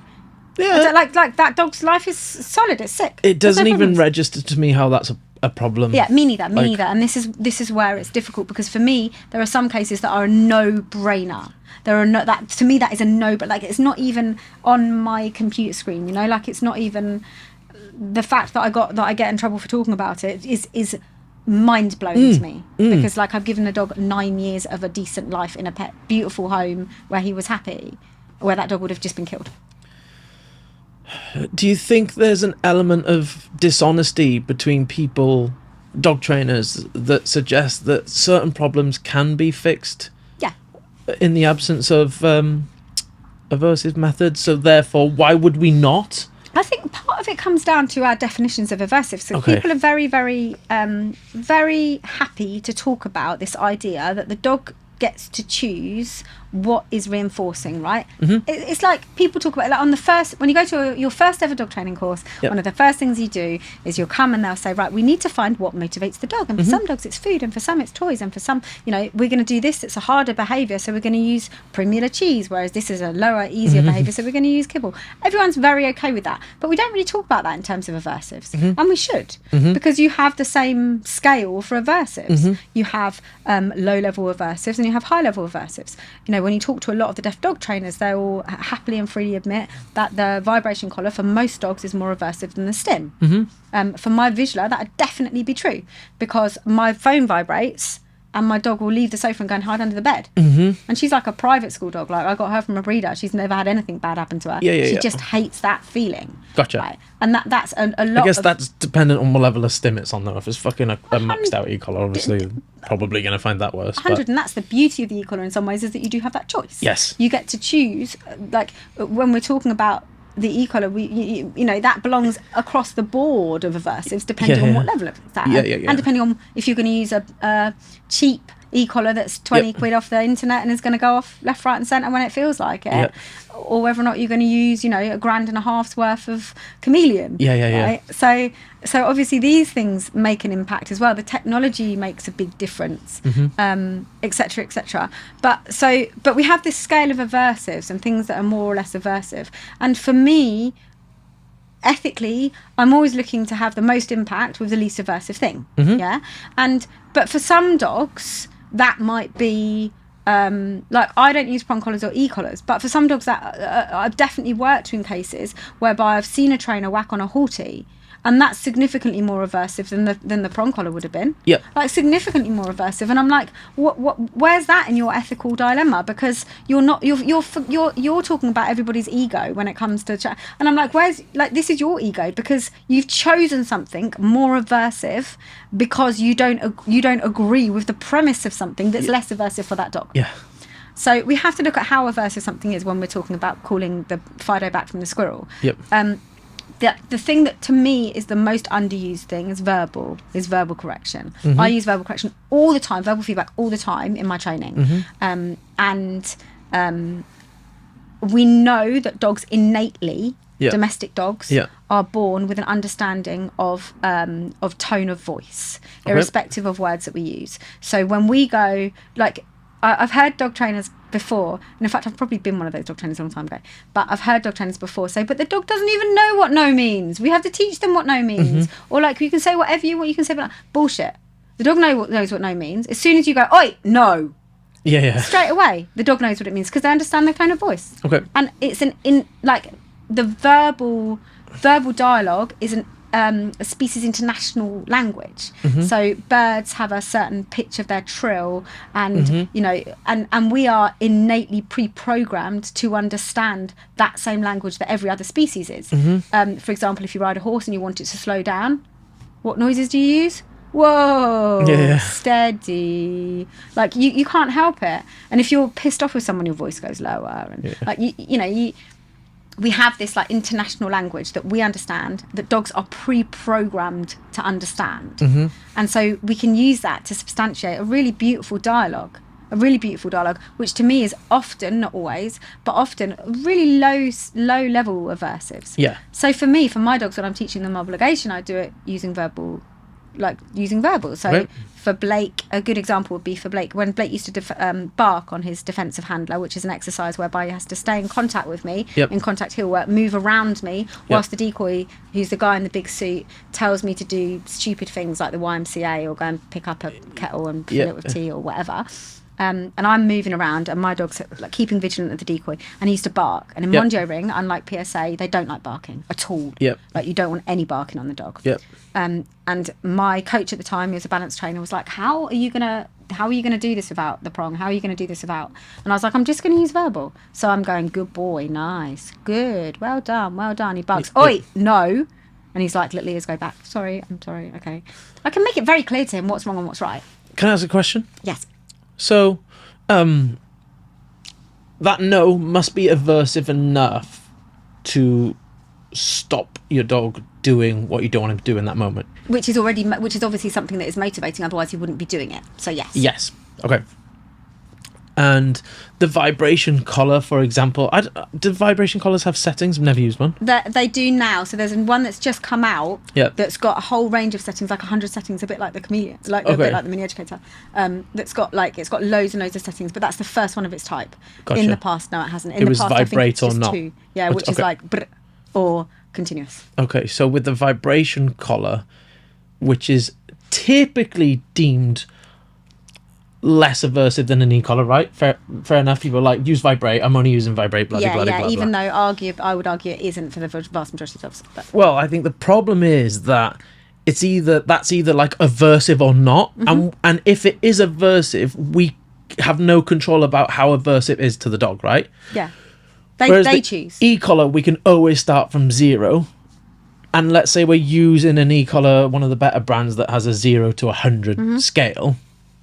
We can be a lot more accurate at the point in which our dog finds something aversive, even more accurate than the application of our voice. Yes. Is that fair enough? 100%. And as training has become more and more elegant, I've definitely watched the conditioning process change of the e-collar. And there are some beautifully elegant ways that people condition e-collars now. Very, very subtly. Very subtly. Like using the e-collar as a cue to perform a behaviour and then checking that without that verbal cue on the press of the button, the dog performs the behaviour. And if the stim is then motivating the behaviour to perform, then you could argue, well, under Skinner's boxes, that would be positive reinforcement, wouldn't it? Behaviour would increase if you had yeah. But also, Fuck, I've got a question on that, but go on. But also, you know, the trouble is that I think that the views on the e-collar are so outdated within the positive community because they're based on A, research from 20 years ago, and B, technology from 20 years ago, and C, the training methodology from 20 years ago when the tool first came into use. And actually, as with all training, like, it's come on such a long way. There are different processes, there are different ways of using it, there are different e-collars, there's different pressures, there's, you know, there's, like, you've probably felt the e-collar, like I've felt the e-collar on me. I got up to, what did I get up to earlier on the e-collar? 82, something like that. Have you done it on camera? No, I can. I'll do it now if you want. Do it in a minute. Yeah. But like the chameleon feels very smooth. It feels like a different type of shot. Yeah. To the mini educators. Some are quite sharper. And to those cheap ones that are like quite acute. Yeah.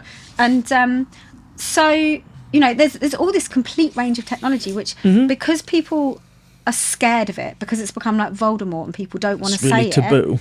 And it's really taboo. They don't want to learn about it. Yeah. But with that naivety comes a real problem, which is like this huge cognitive dissonance, this huge bias, whereby they won't even look at an e-collar.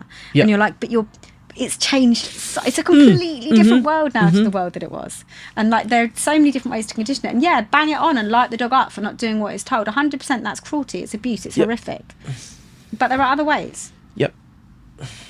And so, yeah, I think for me, when it comes to ethics, when it comes to using aversives, it's about choosing what is the least aversive but most successful.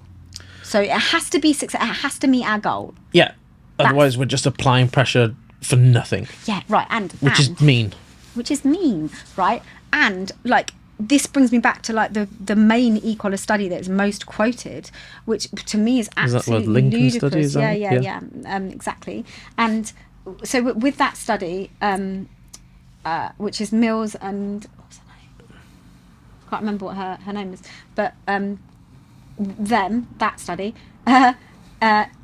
which was years and years and years ago, and they had a bunch of e-collar trainers that trained a bunch of dogs with predatory issues and a bunch of positive trainers that trained them. And there's so many different things wrong with that study, but even the replications of that study and other studies that have been done since that compare the e-collar training to positive training, what they look at is they look at the stress signals of the dog, right? Okay. What they don't look at, what they didn't have in any of those studies was a goal. The goal there was no goal to meet. So if I went out there and I trained the dog, so let's say I'm one of the positive trainers in that study and you're one of the e-collar trainers in that, my dog's still on a long line around the sheep, and I'm calling the dog and he's turning around and looking at me, right? Owners are happy with that. Your dog is free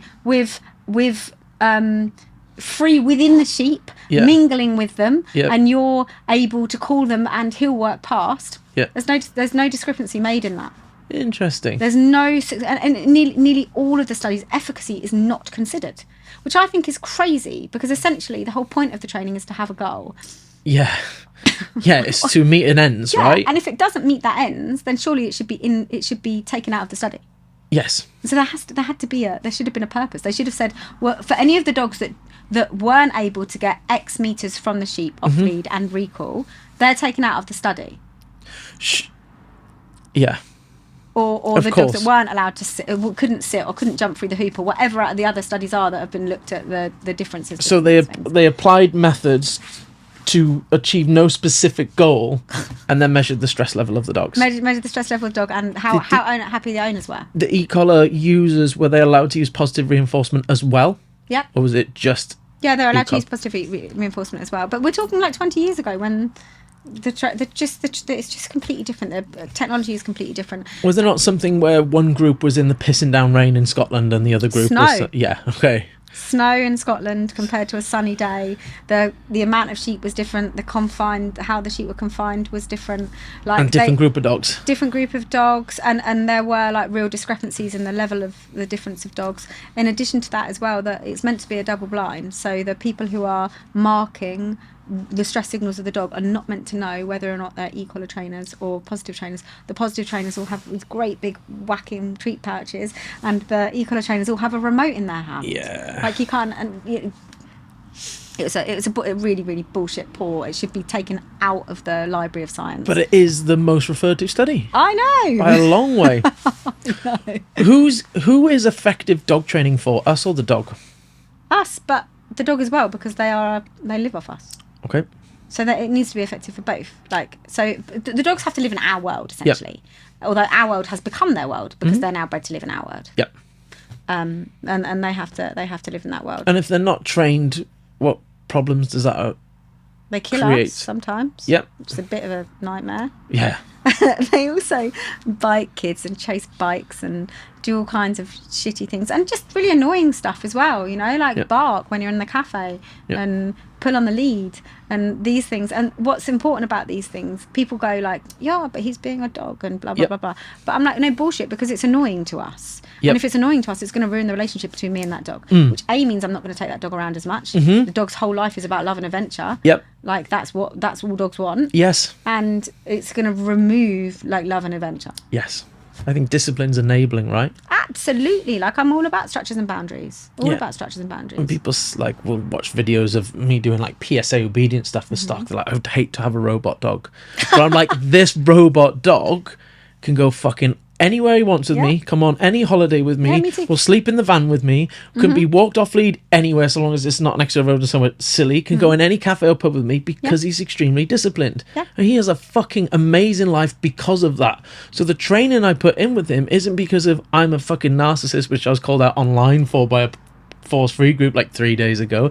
It's so I can give my dog, who I love more than fucking anything on this planet, including anyone I've ever been romantically involved with, or any of my family, or anyone human I know, the best possible life. And he gets to do that because he's disciplined, that he is obliged to come back when he's cold. Because if I do not know that squirrel that he's chasing, that other dog he's chasing, he's going to run across the road and get him killed. 100%. And so my dogs I don't use tools for. Yes. And I still have, I would say I have a similar situation. Like we've been out on walks with Fiasco. Similar, not the same. And this is my point. My point is that I would say that I probably had to put in double the work. And the impact that I've still got a dog that I can take everywhere with me. I can take her I can take her left, right, and centre. She's sociable. She's good. She comes back and she's called. She comes off other dogs. She blah blah blah blah blah blah blah. But it is, in my experience, I'm not going to lie and say it's as reliable, because it isn't. And this is it's a truth, and that's a choice that I've made. I've made the choice to have a less reliable outcome and put in more work because I haven't used those tools. However, I can say, having trained to a high level, multiple number of dogs of different breeds, that is dead honest. That is the result. And there are some dogs that I would say that I wouldn't be able to train, that you would be able to train to a certain level in and out of behaviour. And there are probably some dogs that would work better on my methods than your methods. No doubt. My argument to that would be that your time frame, you would have to have trained longer. I totally agree with that, because you just need more repetitions. The behaviour is more difficult to generalise in the absence of negative reinforcement, the absence of obligation. You have to just repeatedly get your reps in everywhere, right? My argument would be, I think I could take a puppy and Stark, for example, by the time he was e-collar trained for the basics, like recall, he was like 10 months old, meaning that I have that very, I'm not going to say 100% reliable, I have a very reliable recall from the time that the dog is 10 months old. As opposed to my older dogs, which were not trained force-free, but were trained in the absence of an e-collar, were not as reliable, and still not to this day, because they're not trained on e-collars, reliable, till they were like 3 or 4. Now, if I could go back in time, I'd just have done the e-collar thing so they can enjoy the years 2, 3, and 4 off a lead more. And I think that would be a big argument for me. Because if that's the dog's prime, that's where he's going to pick up really bad fucking habits in that time frame. And them habits, if they're practiced in those years, I feel like they get really fucking strong. And then once they're 5, it's like hard to get. And then you have to use more reversive in order to get them out anyway. And so on and so forth. My argument to that would be like, do it sooner rather than later. Have the reliability sooner rather than later. And if that means utilising a tool such as an e-collar, you're not a bad person for doing so. Yeah, and the reason that I'm not judgmental at all when it comes to people's choices like that is that I know how much work it takes putting into a dog that is without a doubt genetically pre-programmed to be a good dog anyway.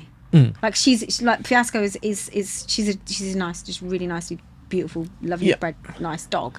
Anyway, she's not even a difficult Malinois. You know, and what I would also say is that this me putting in that much work, dogs are my life, my livelihood, my hobbies, everything really, and me putting in that much work with a skill set that I've learned over the last 15 years.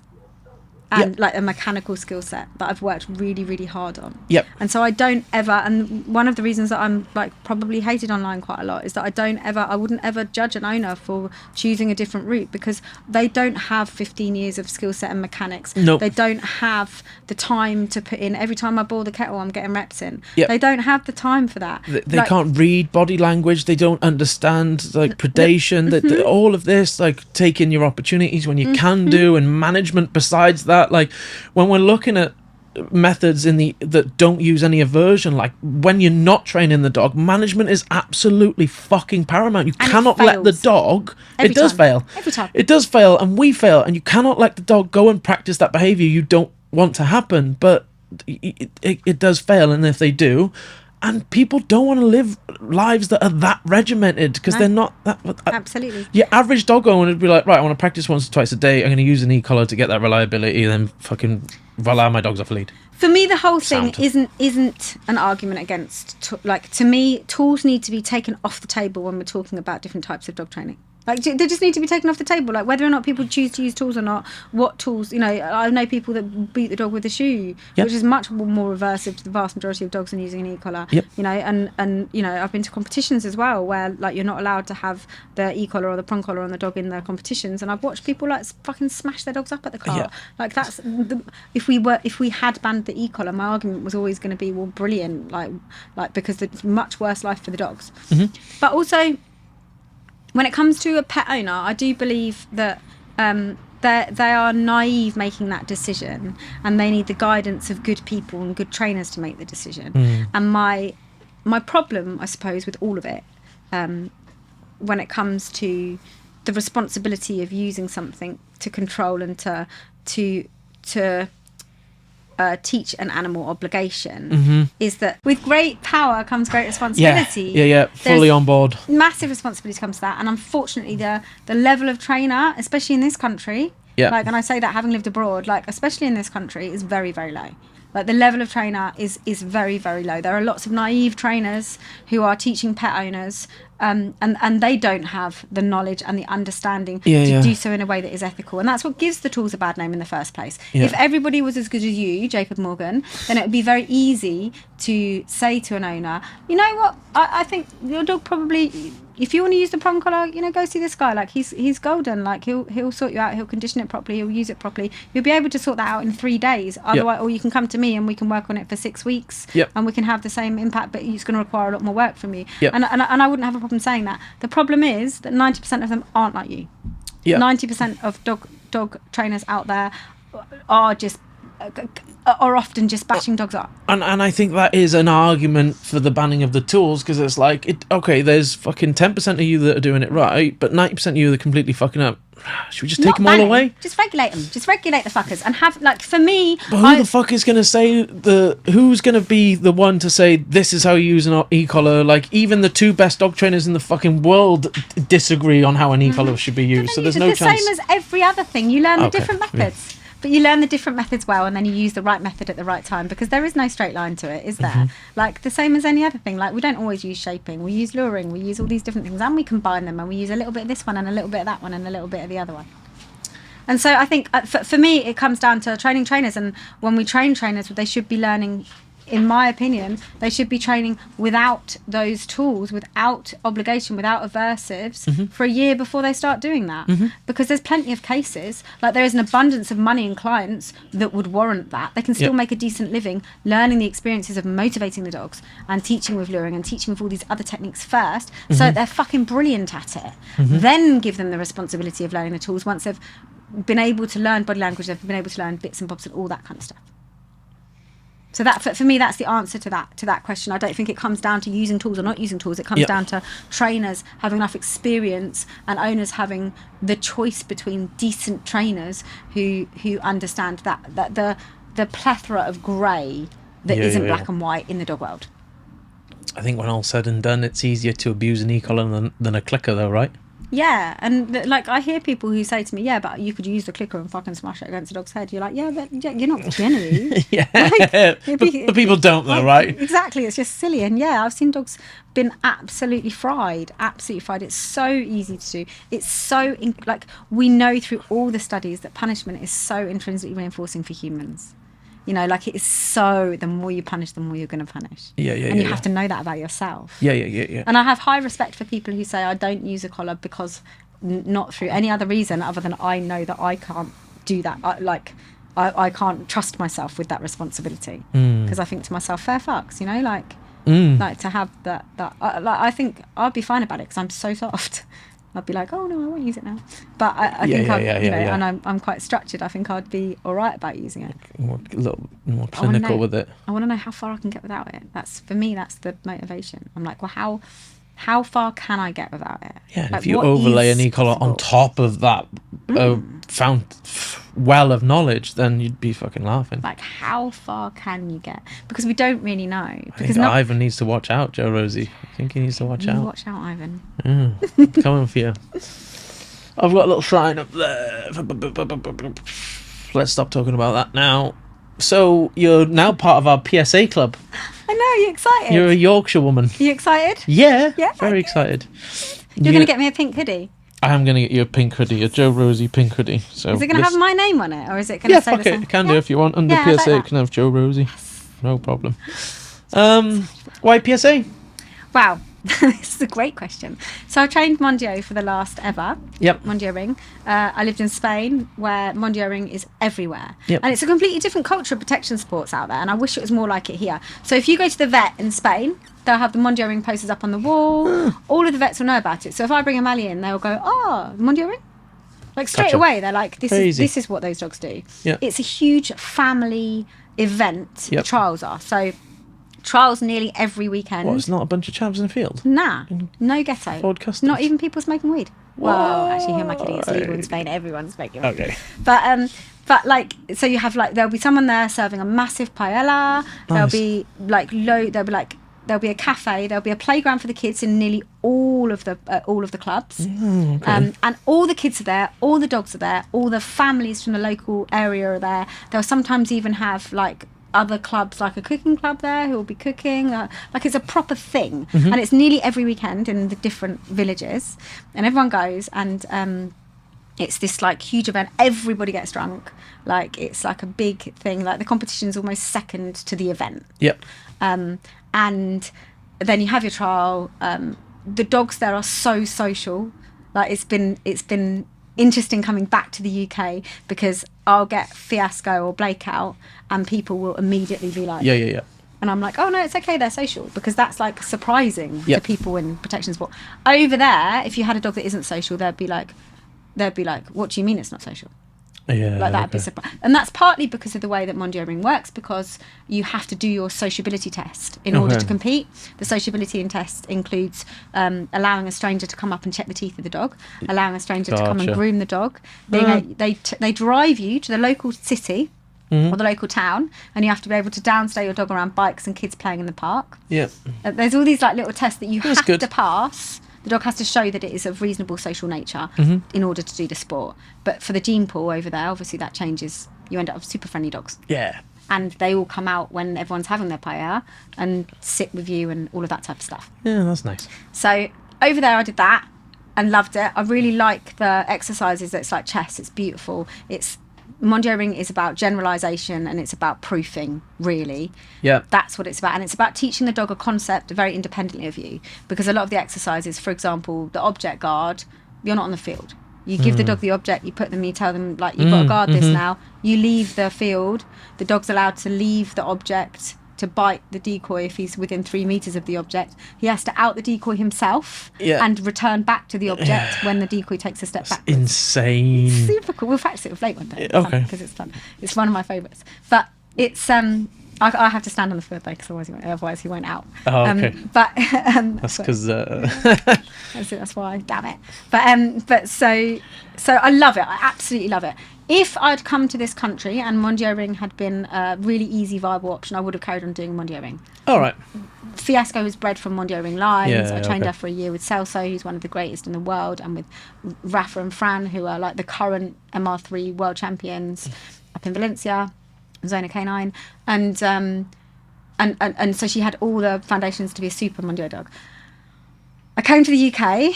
The politics in dog sports are shitty. What? Yeah, they are shitty. You know it. And Mondio Ring is teeny tiny. There's only 2 certified Mondio Ring decoys in the whole country: Harry James and Nate Florin. And the competitions are few and very far between, and it's so incredibly clicky that half the competitions you'll never even know about. You don't even know they happen. Yeah, You'll get a phone call from someone, we're going to do a competition on Saturday. Like, it'll be like one of only 2 competitions in the whole year. Gotcha. Okay. And like you can come. You can come. Gotcha. And I don't want to be a part of that. That, for me, this is my hobby. I want to have fun. I want to enjoy doing it. I want it to be brilliant. I noticed before I came over, like, PSA was happening, and actually I came over and saw Jerry Bradshaw when he was with Alex and that lot. Yeah. Before I moved back from Spain, yeah. because I was interested, and I thought I need to like get my head around this if I'm gonna do that. And then when I came over, like, it's growing incredibly fast. It's really young. It's super fun.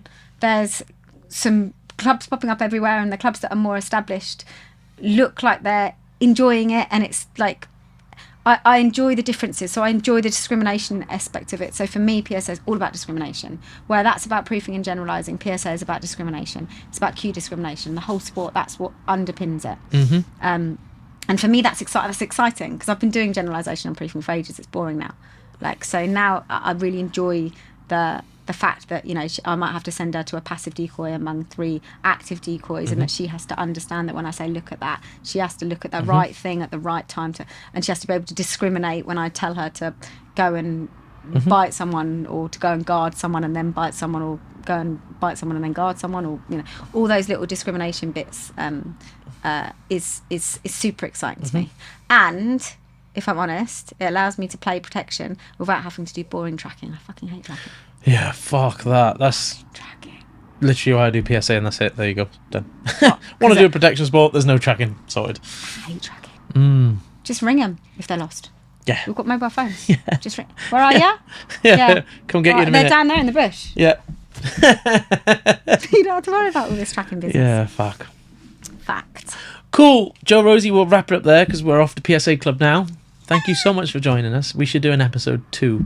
Yeah? I've still got a million one. I've got loads of questions on that board I didn't even get to ask you. Have you? Yeah. But that was great. Loved it. Good, I'm glad. So you'll Thank come you back. for having me, Jacob Are you Morgan. gonna do a module on our online academy? I said I would, yeah. What do you want to do? Do you want to do separation anxiety, or do you want to do a scent work thing? Either's fine. I'm very flexible. I can do either. I'll do both if you want. All right. Sound. There you go. You heard it here, folks.